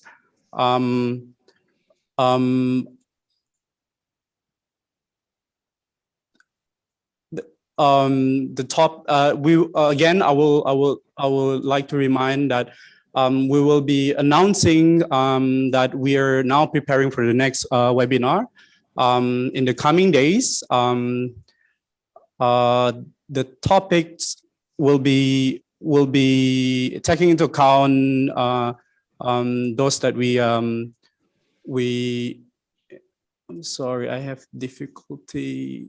Oh, okay, all right. What is this? Yeah, Matt, so yeah, I'm sorry, we're having a big screen error here. So yeah, we would just greatly appreciate your participation today, and I would like to also thank everyone for joining us today. And if you want to rewatch this today webinar, it will also be available in ASEAN Secretariat YouTube channels. And we are looking forward to seeing you all at the next webinar. And this has been a pleasure as your host, Rcep Effendi. I reminding everyone to keep safe and healthy. Thank you very much. Bye-bye. Matt, I think there are questions here. Matt, if I Hello? may just say something. Hey, Matt. yeah, okay. If I may just say something, because we've listened carefully to the panelists, the three panelists, and there were really very good comments and inputs that even some suggestions like in the online question, Gil Gonzalez Asian Back also made some very good suggestions. So basically, just to explain the way that we structured this series of webinars is really just to go through each and every chapter of the Rcep agreement. But we understand that more seminars may be needed to actually link them. Like you will listen to trade in goods today, but actually the next session, which would be on rules of origin and customs procedures and trade facilitation, they're all linked. So probably we can schedule, say, a dedicated session for MSMEs, and we would like to invite the speakers again.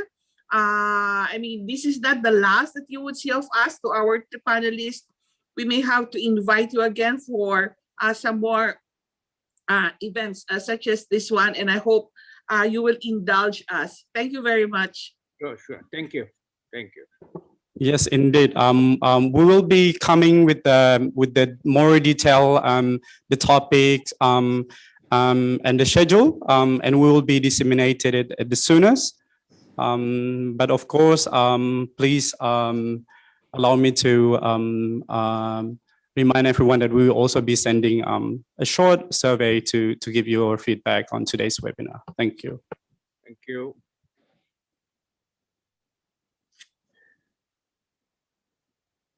Thank you, everyone. Thank you. Okay, goodbye. Thank you. Thanks so much, Dato. Yeah, Dato. Thanks, Dato. Ibu. Thank you, thank you, Miles. Thank you Bye, all. brother. Bye. Thank you. See Bye you. bye. Thank you, everyone. See you again, Oscar. Good to See see you, Bu you. Dona. Sehat-sehat ya. Oscar, I'll see you in Geneva.